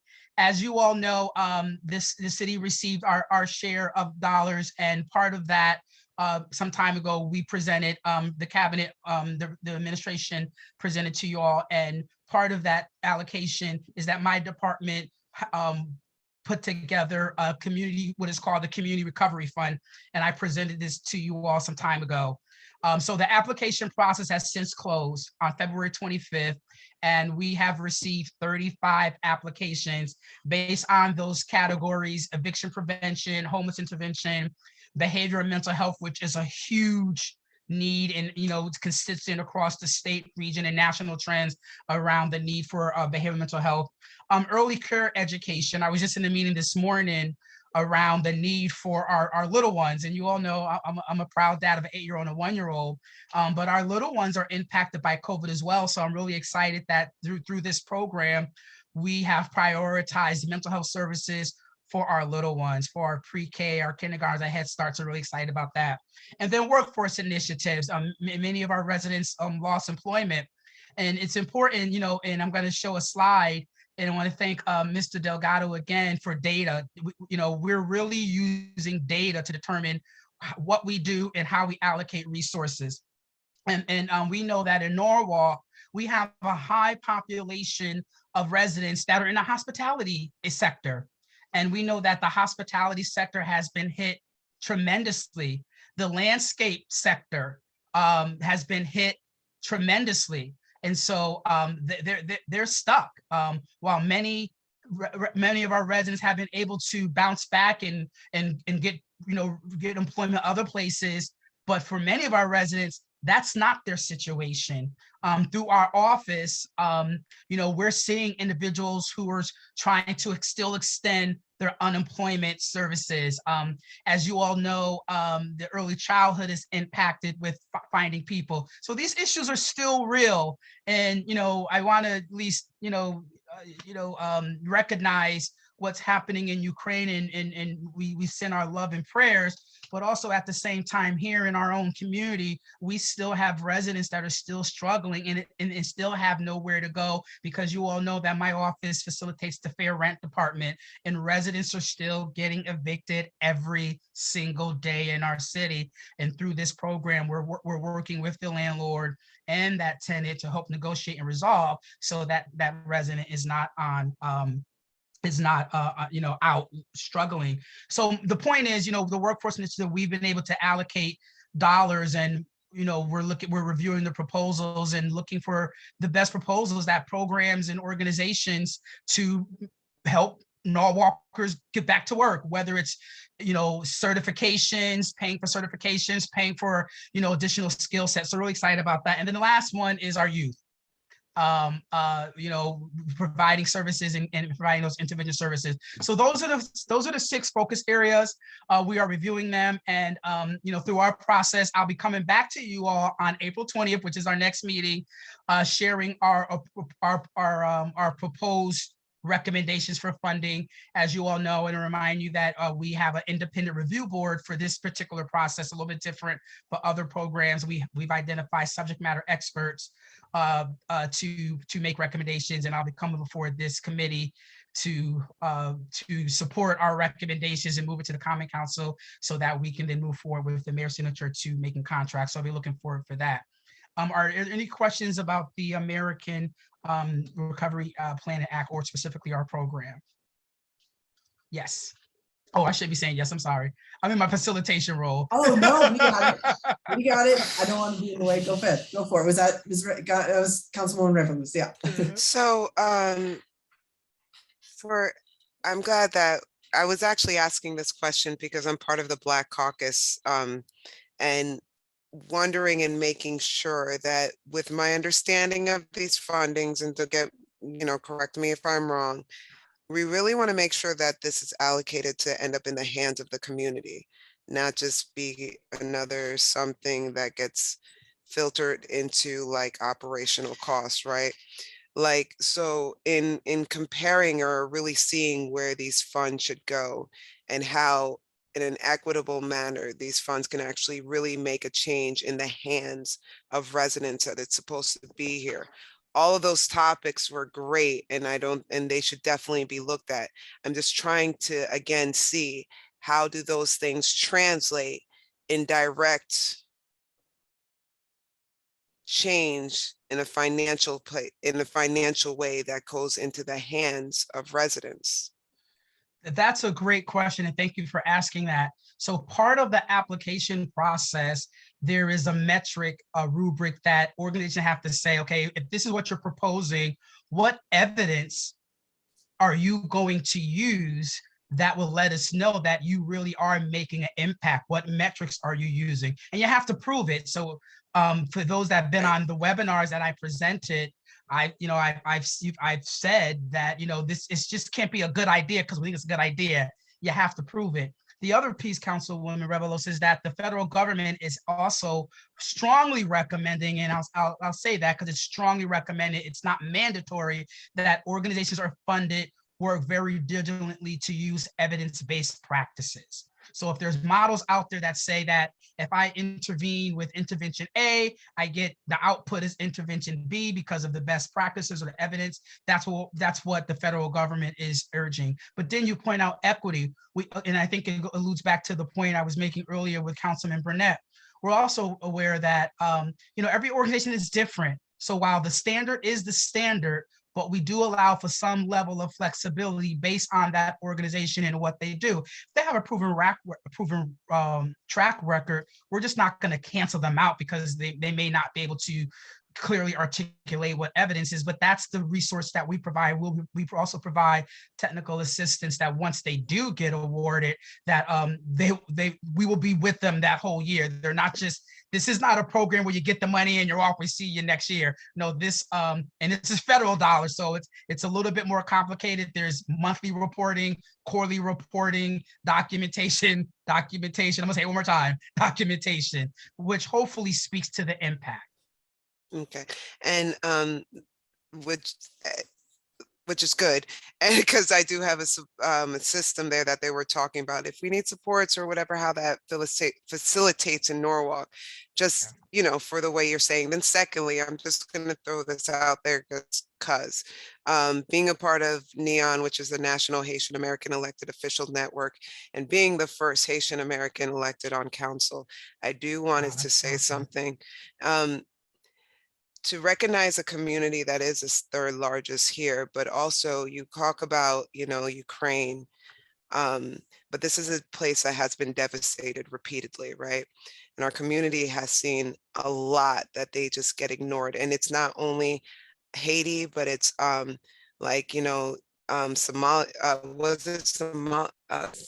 Zimbabwe? Was it Zimbabwe or Somalia? So, forgive me if I say this incorrectly, but also was attacked the same day Ukraine was attacked. I just want to say, for the people that we care about and look at, and even just finding someone who speaks Creole, although yes, we have a lot of different languages, it's so important to just give understanding and representation and acknowledgement to people's truth. And I appreciate it finally, but really finally being looked at, because it is important. It's something that, although there's a majority in equity, if there's even one in the room, we need to get to them. So to represent my community, I just want to say the thank you to that, to being intentional for them, and understanding that there's a lot they are going through that's not being addressed at all and has been overlooked by our community.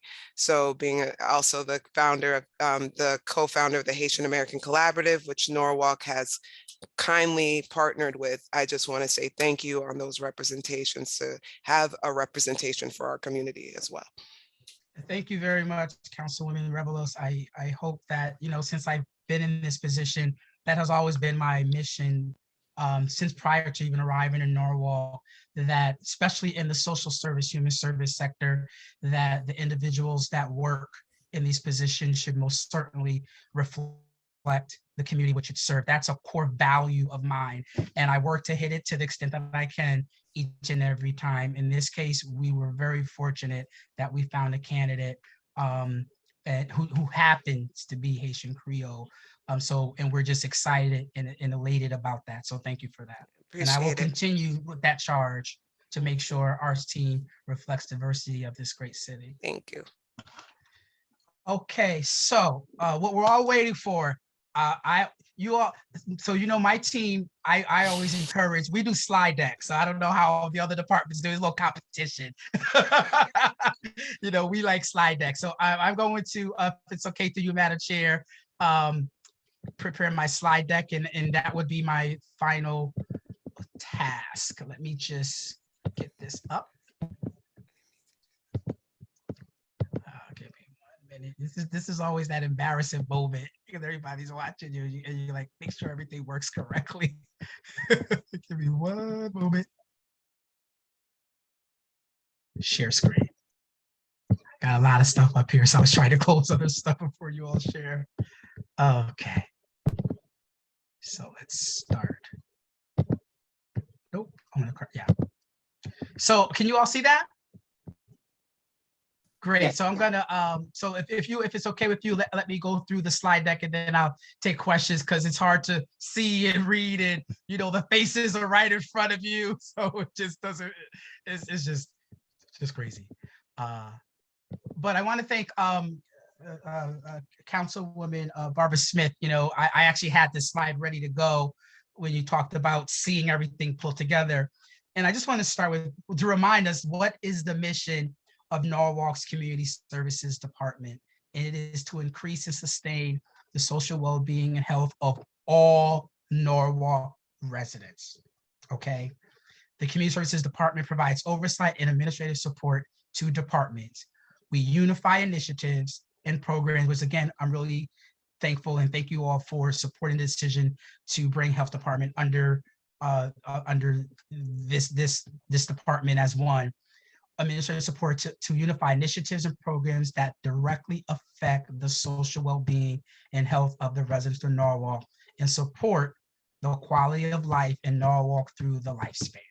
That's our charge from taxpayers, to do the very best to do this. So I just always like the level set of why we here and why we exist.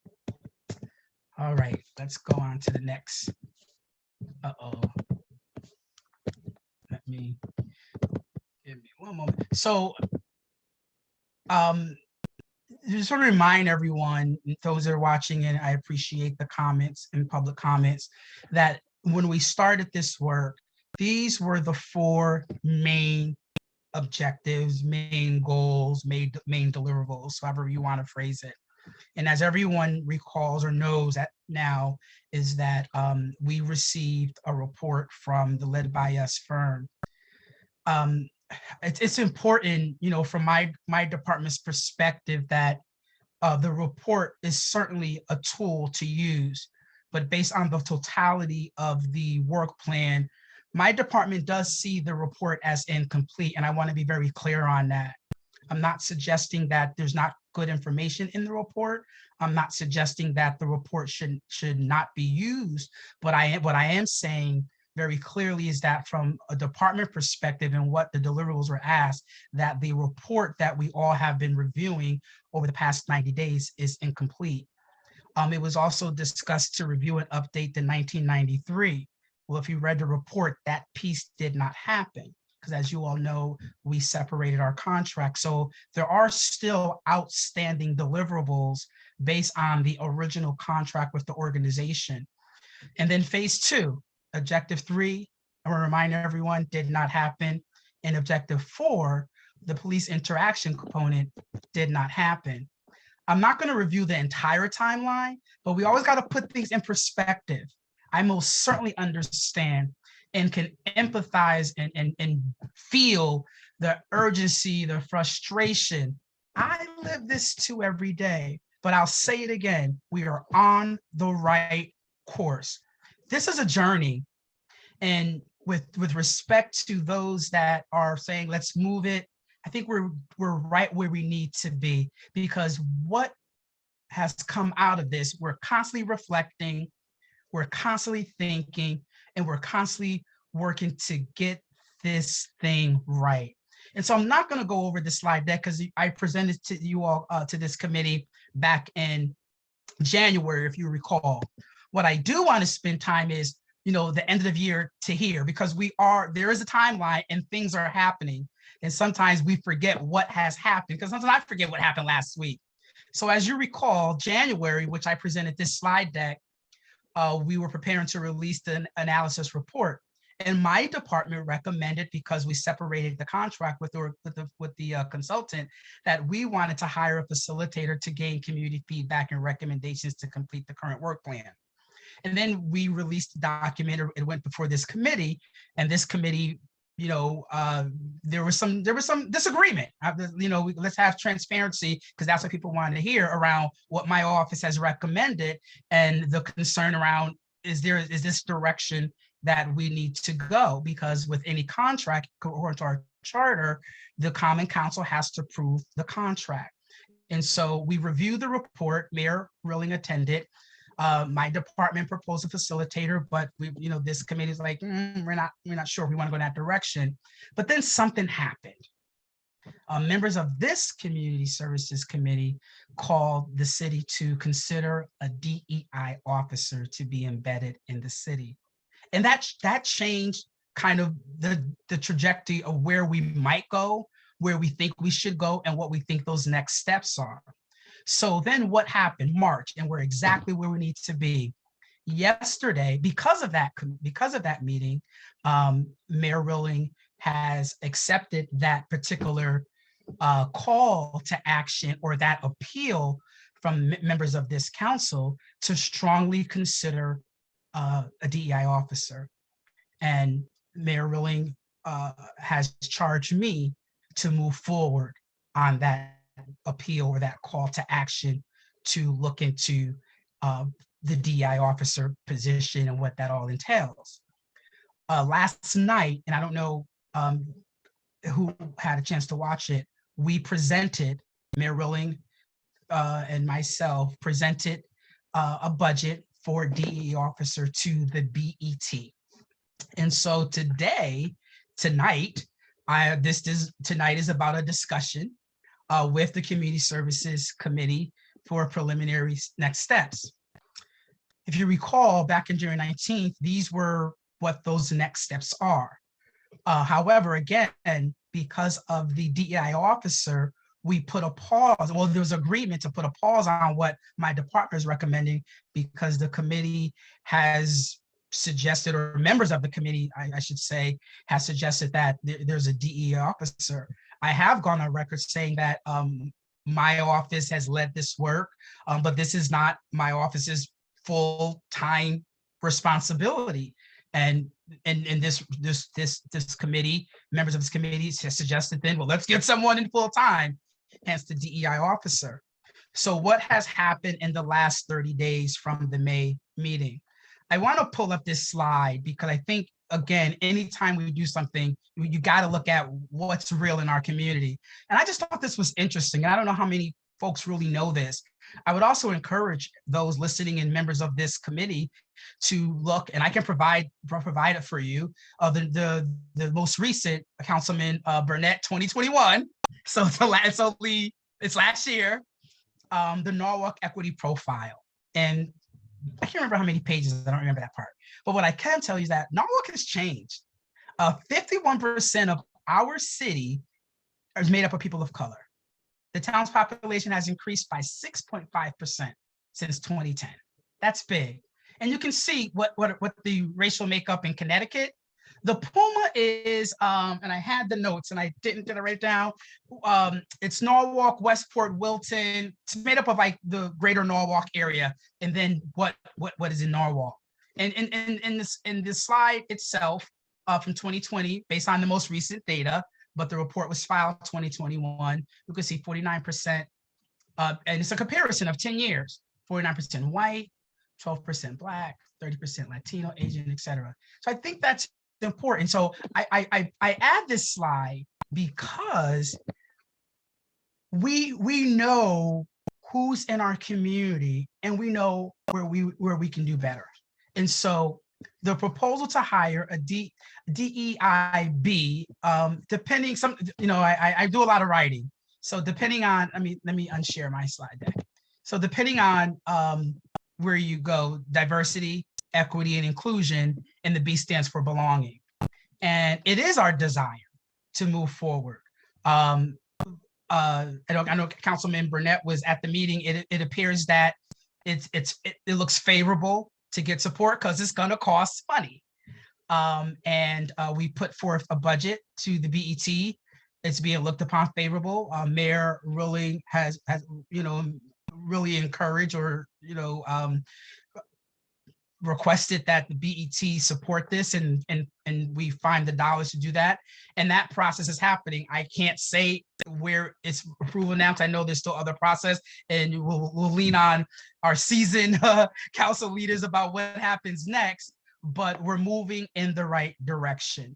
And so I'm really excited because, I think when the chair said she wanted a partner, this is exactly a partnership. This is not a city thing. This is not a community services. It's a partnership with both our city, our council leaders, and our community. And so we're moving. We're very hopeful that the funding will be allocated. And then it takes time. We have to put the job description together. And then we got to go out and try to find the most or best qualified candidate who can rise to the occasion and take the charge that we've all have been talking about over the past 30 days. So I want to thank this committee for your support, even where we disagree. I think because where we agree on is that this work is important and we got to figure out how to move it. And we all may have different ways to do it, but if we can rally around this position to say this is important, I would love that, so that we can continue to move forward, bring in the most qualified person. And I'm working with HR right now. So internally, departments, it's vetted internally already, HR and so forth. It's just the financial piece, as you all know, we need to get to that piece and move. And so we're already in the early stages of drafting what we believe a DEI, many colleagues have reached out and doing researches around this work. But here's the thing I also wanted to share. There are other municipalities across the country that are doing this. So we can look to best practices, and we can look to colleagues across the state, across the country, and what makes sense for Norwalk. And then I'll close with this in terms of my updates. This work takes courage, and I'm not speaking necessarily from in my position, because I have researched in our own state, and I still have yet, and please, someone bring it to my attention if there is. But at this point in time, based on my research in our own state with the 169 towns and cities, I have not seen this very bold statement in our community to say this matters, and we're going to figure out how to get there. So with that, Madam Chair, thank you very much for pushing me, I guess. I don't know what word to say, but in a good way, and I mean that in that way, but to continue to stay focused, and let's figure out how to get this done. But again, what works for our great city, our very diverse city based on our current census. So thank you. I'll yield back to you, Madam Chair. Excellent. Had to unmute there for a second. Chief Daniels, thank you so much for this update. That is hopeful. I know that we have yet to know what the BET will decide, but I take hope in this update you've given us tonight. Does anyone have questions for Chief Lamont Daniels about his presentation just now? Clarifications? Yes, Councilmember Keegan and then Burnett. Yeah, hi, and I sincerely appreciate Chief Daniels moving in this direction, but my question to all of us is, what do we do in the meantime?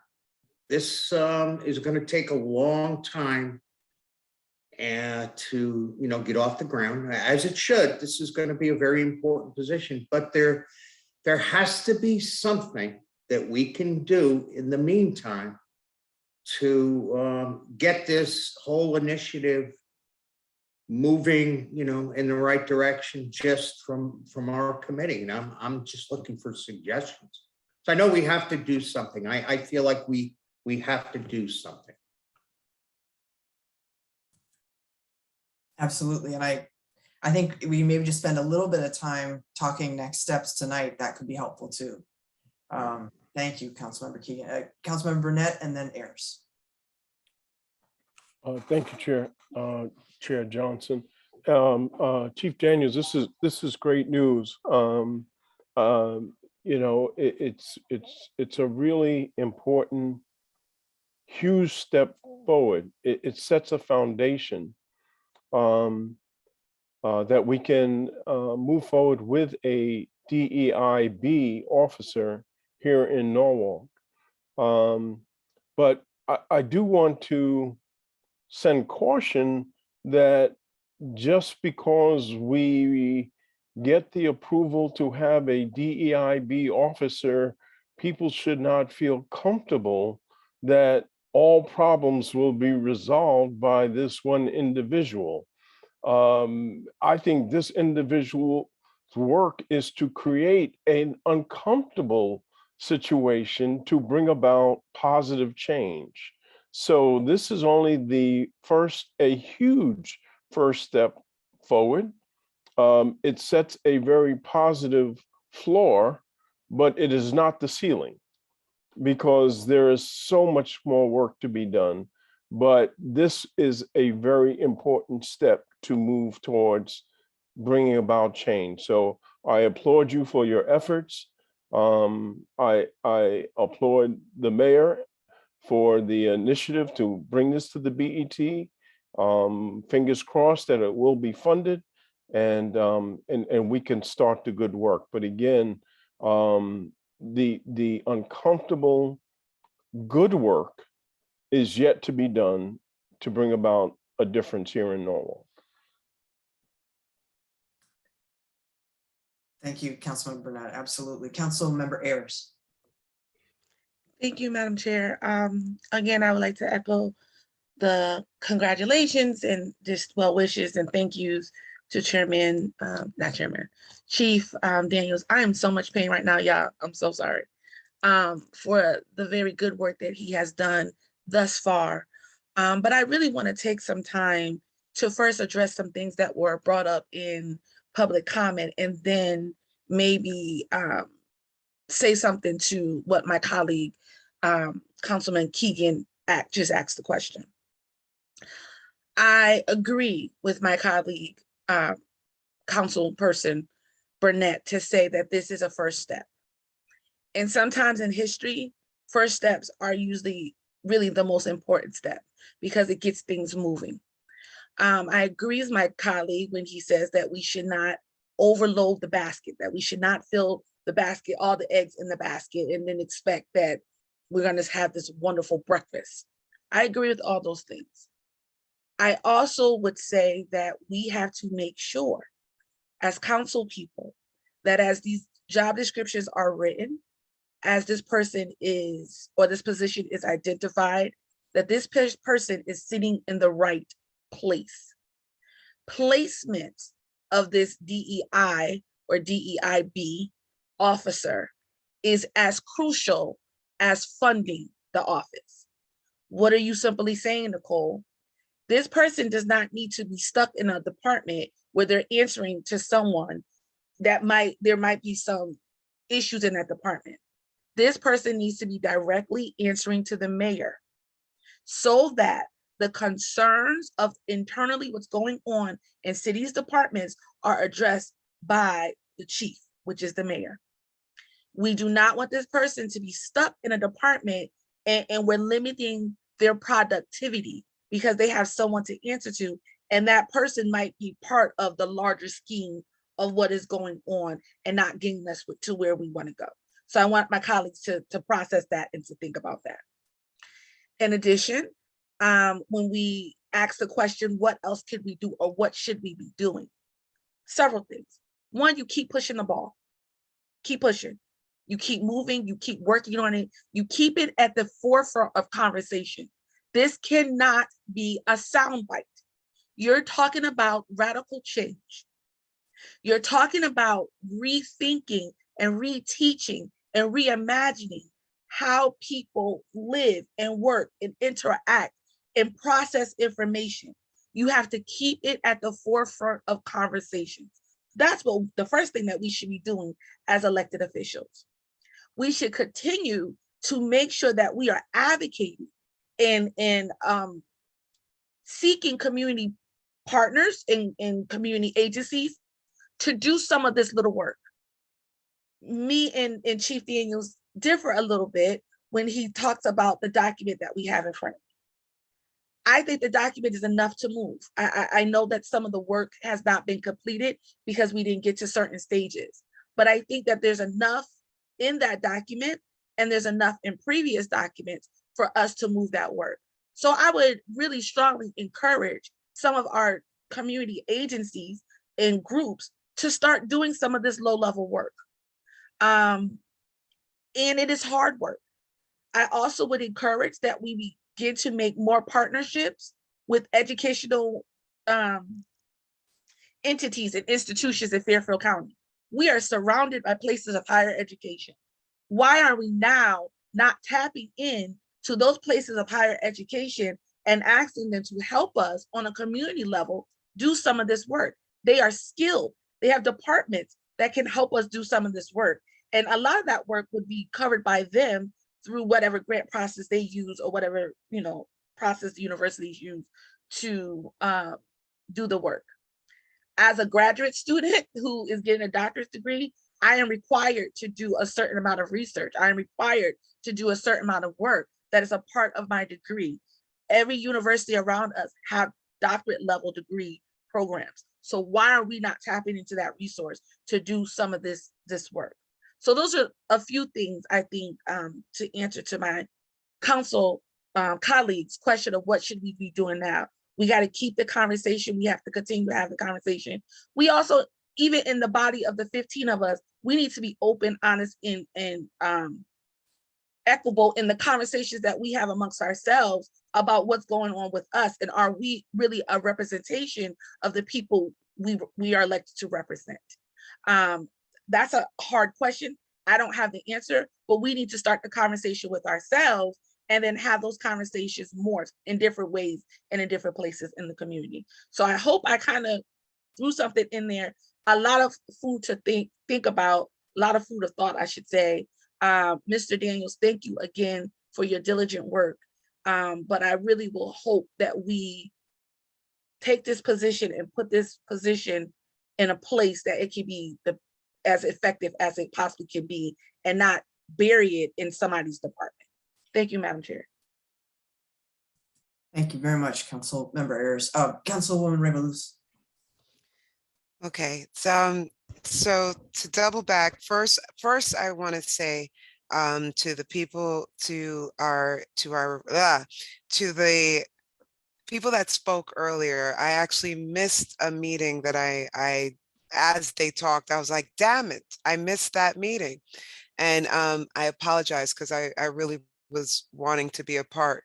But where I was during that time was with a meeting at the police department and going through a simulation situation at the police department. And I see how easily and how quickly we come together as, on the police department side and find out what they're doing. It was also addressed of, they said a council person said, don't just look at degrees, but look at the lived experience. That was me. Right now, when we say we can do something now, again, the lived experience and what people are dealing with right now in our town can easily just be addressed, spoken to, talked about, have conversations.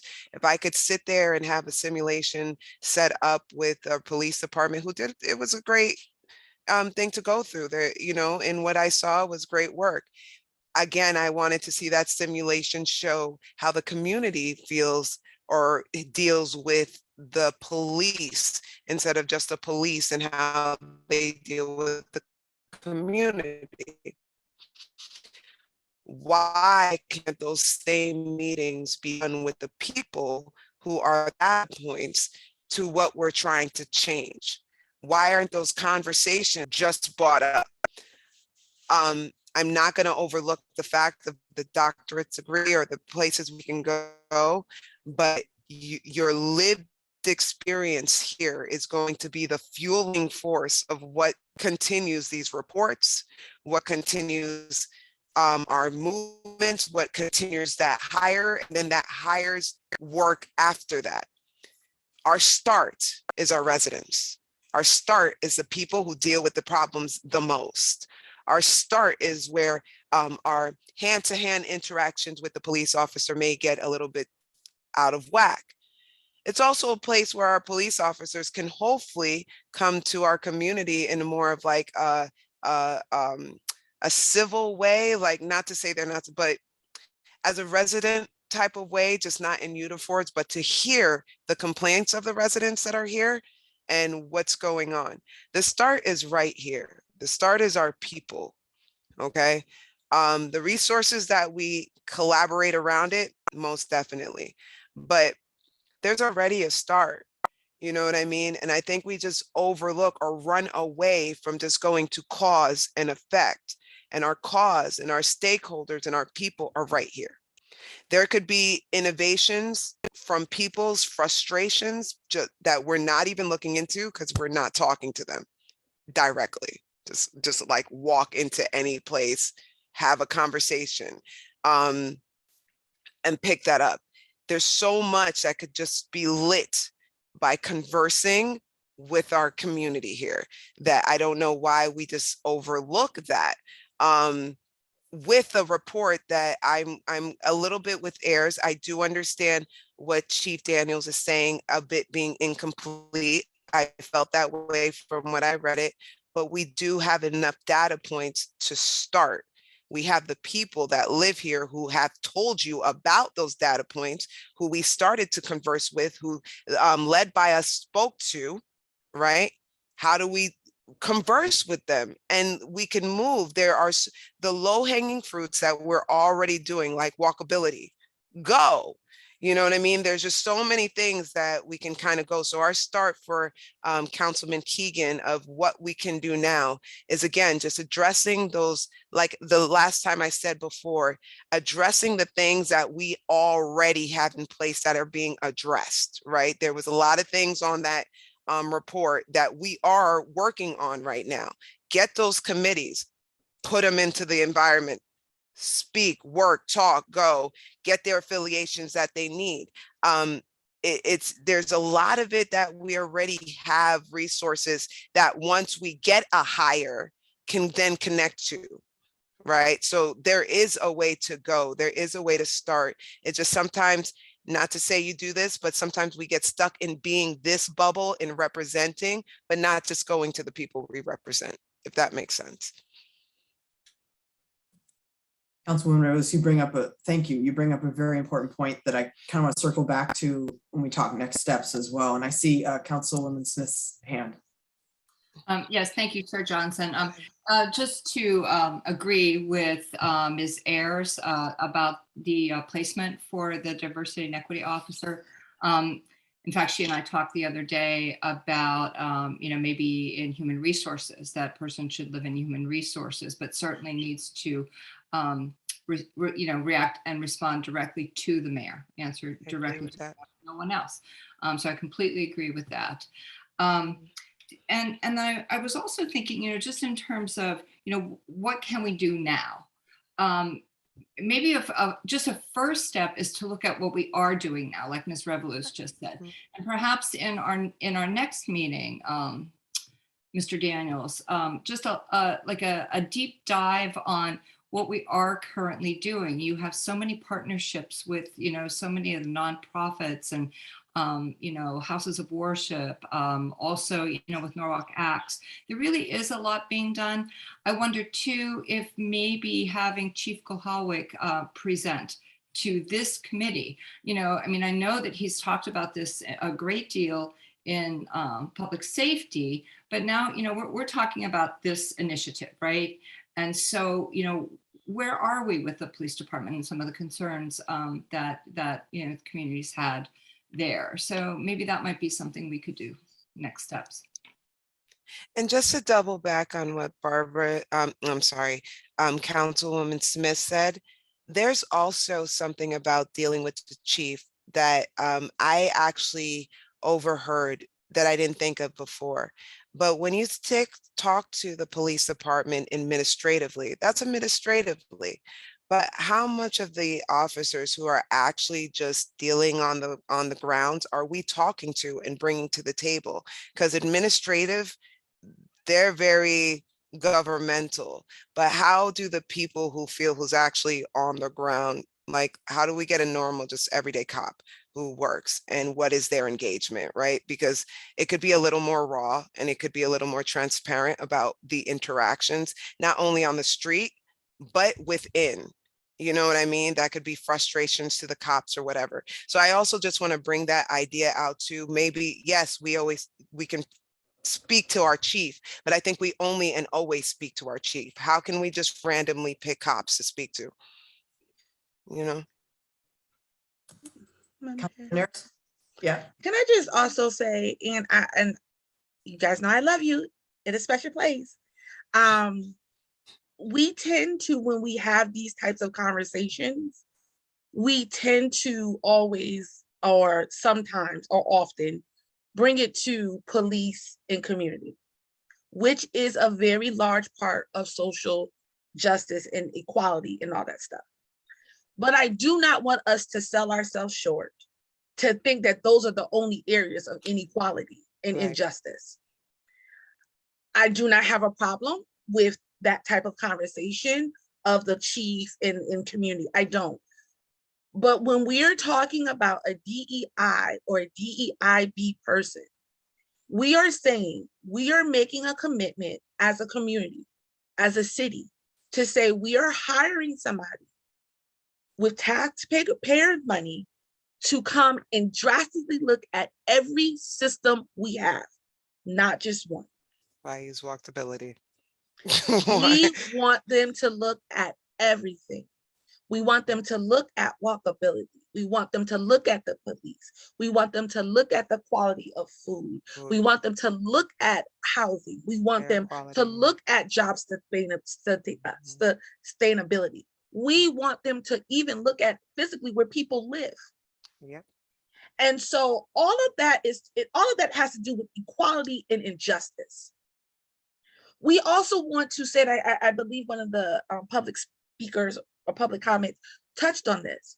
We want to make sure that we are presenting ourselves and communicating as a council with the mayor's office and his staff on hiring processes. That has something to do with social justice and equality. We cannot, as a city, say, well, we want our community providers to do this, but we ourselves are not taking the lead in that. Okay.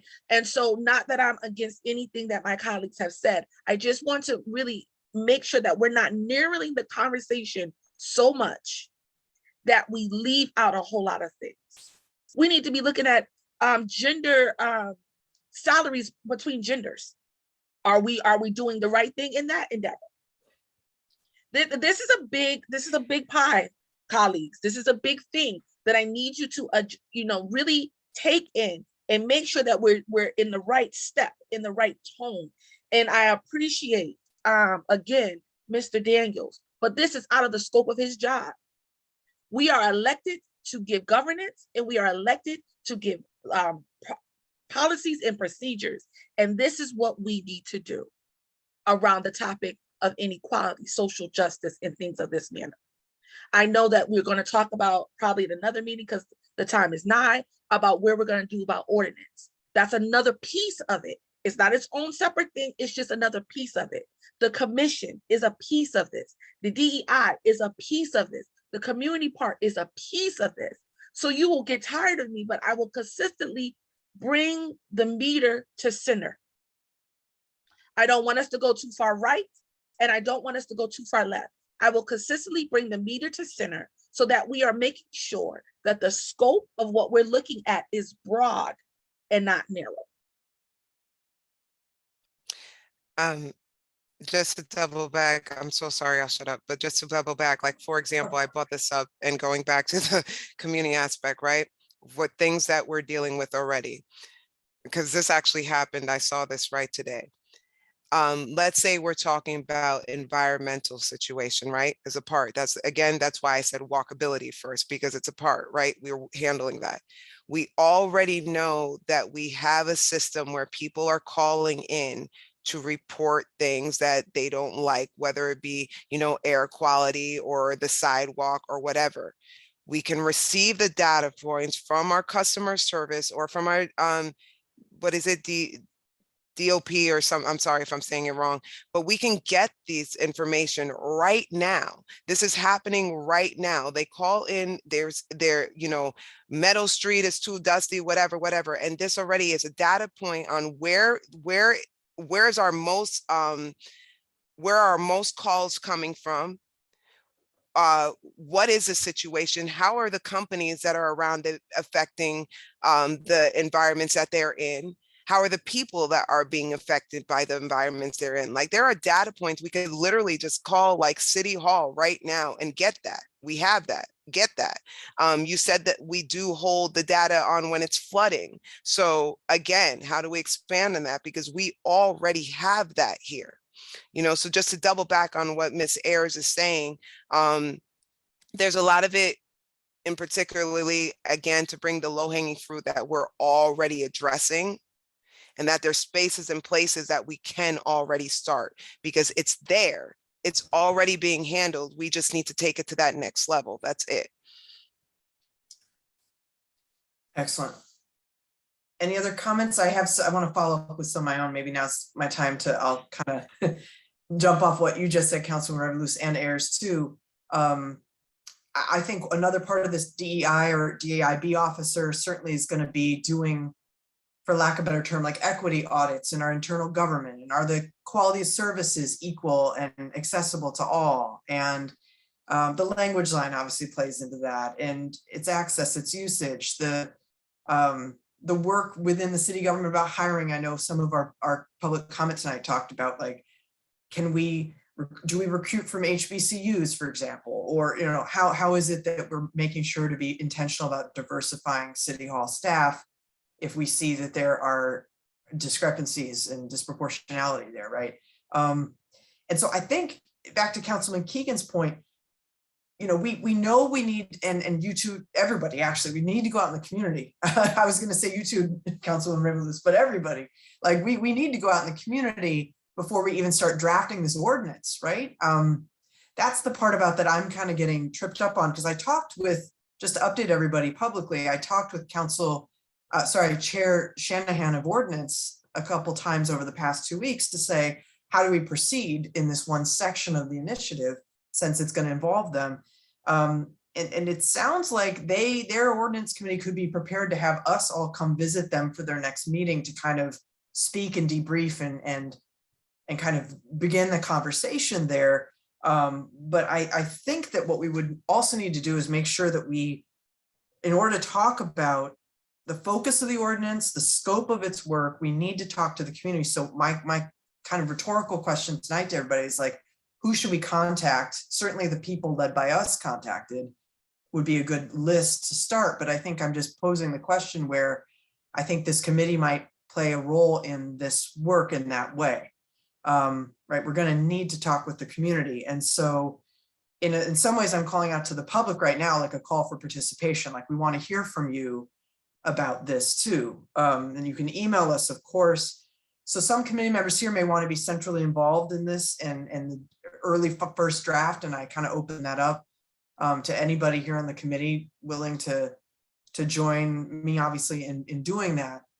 So please let me know. But I think it's helpful if we give the community something to react to, right? So maybe we can draft something really like, and I know I've talked to a couple of you, and I believe it was you, Councilmember Keegan, who talked about we should go to the 93 report and see what's there. And maybe that's a jumping off point for how we just draft something very basic to present to the community. And lastly, based on a public comment we got, I do think that it's important to consider releasing the 93 report to the public. And I know that's something that the mayor's office potentially would be responsible for. Am I right, Chief Daniels? That is accurate. It is a public document. It is. So it can be released. Okay. We had to find it Follow up. to even discover it ourselves.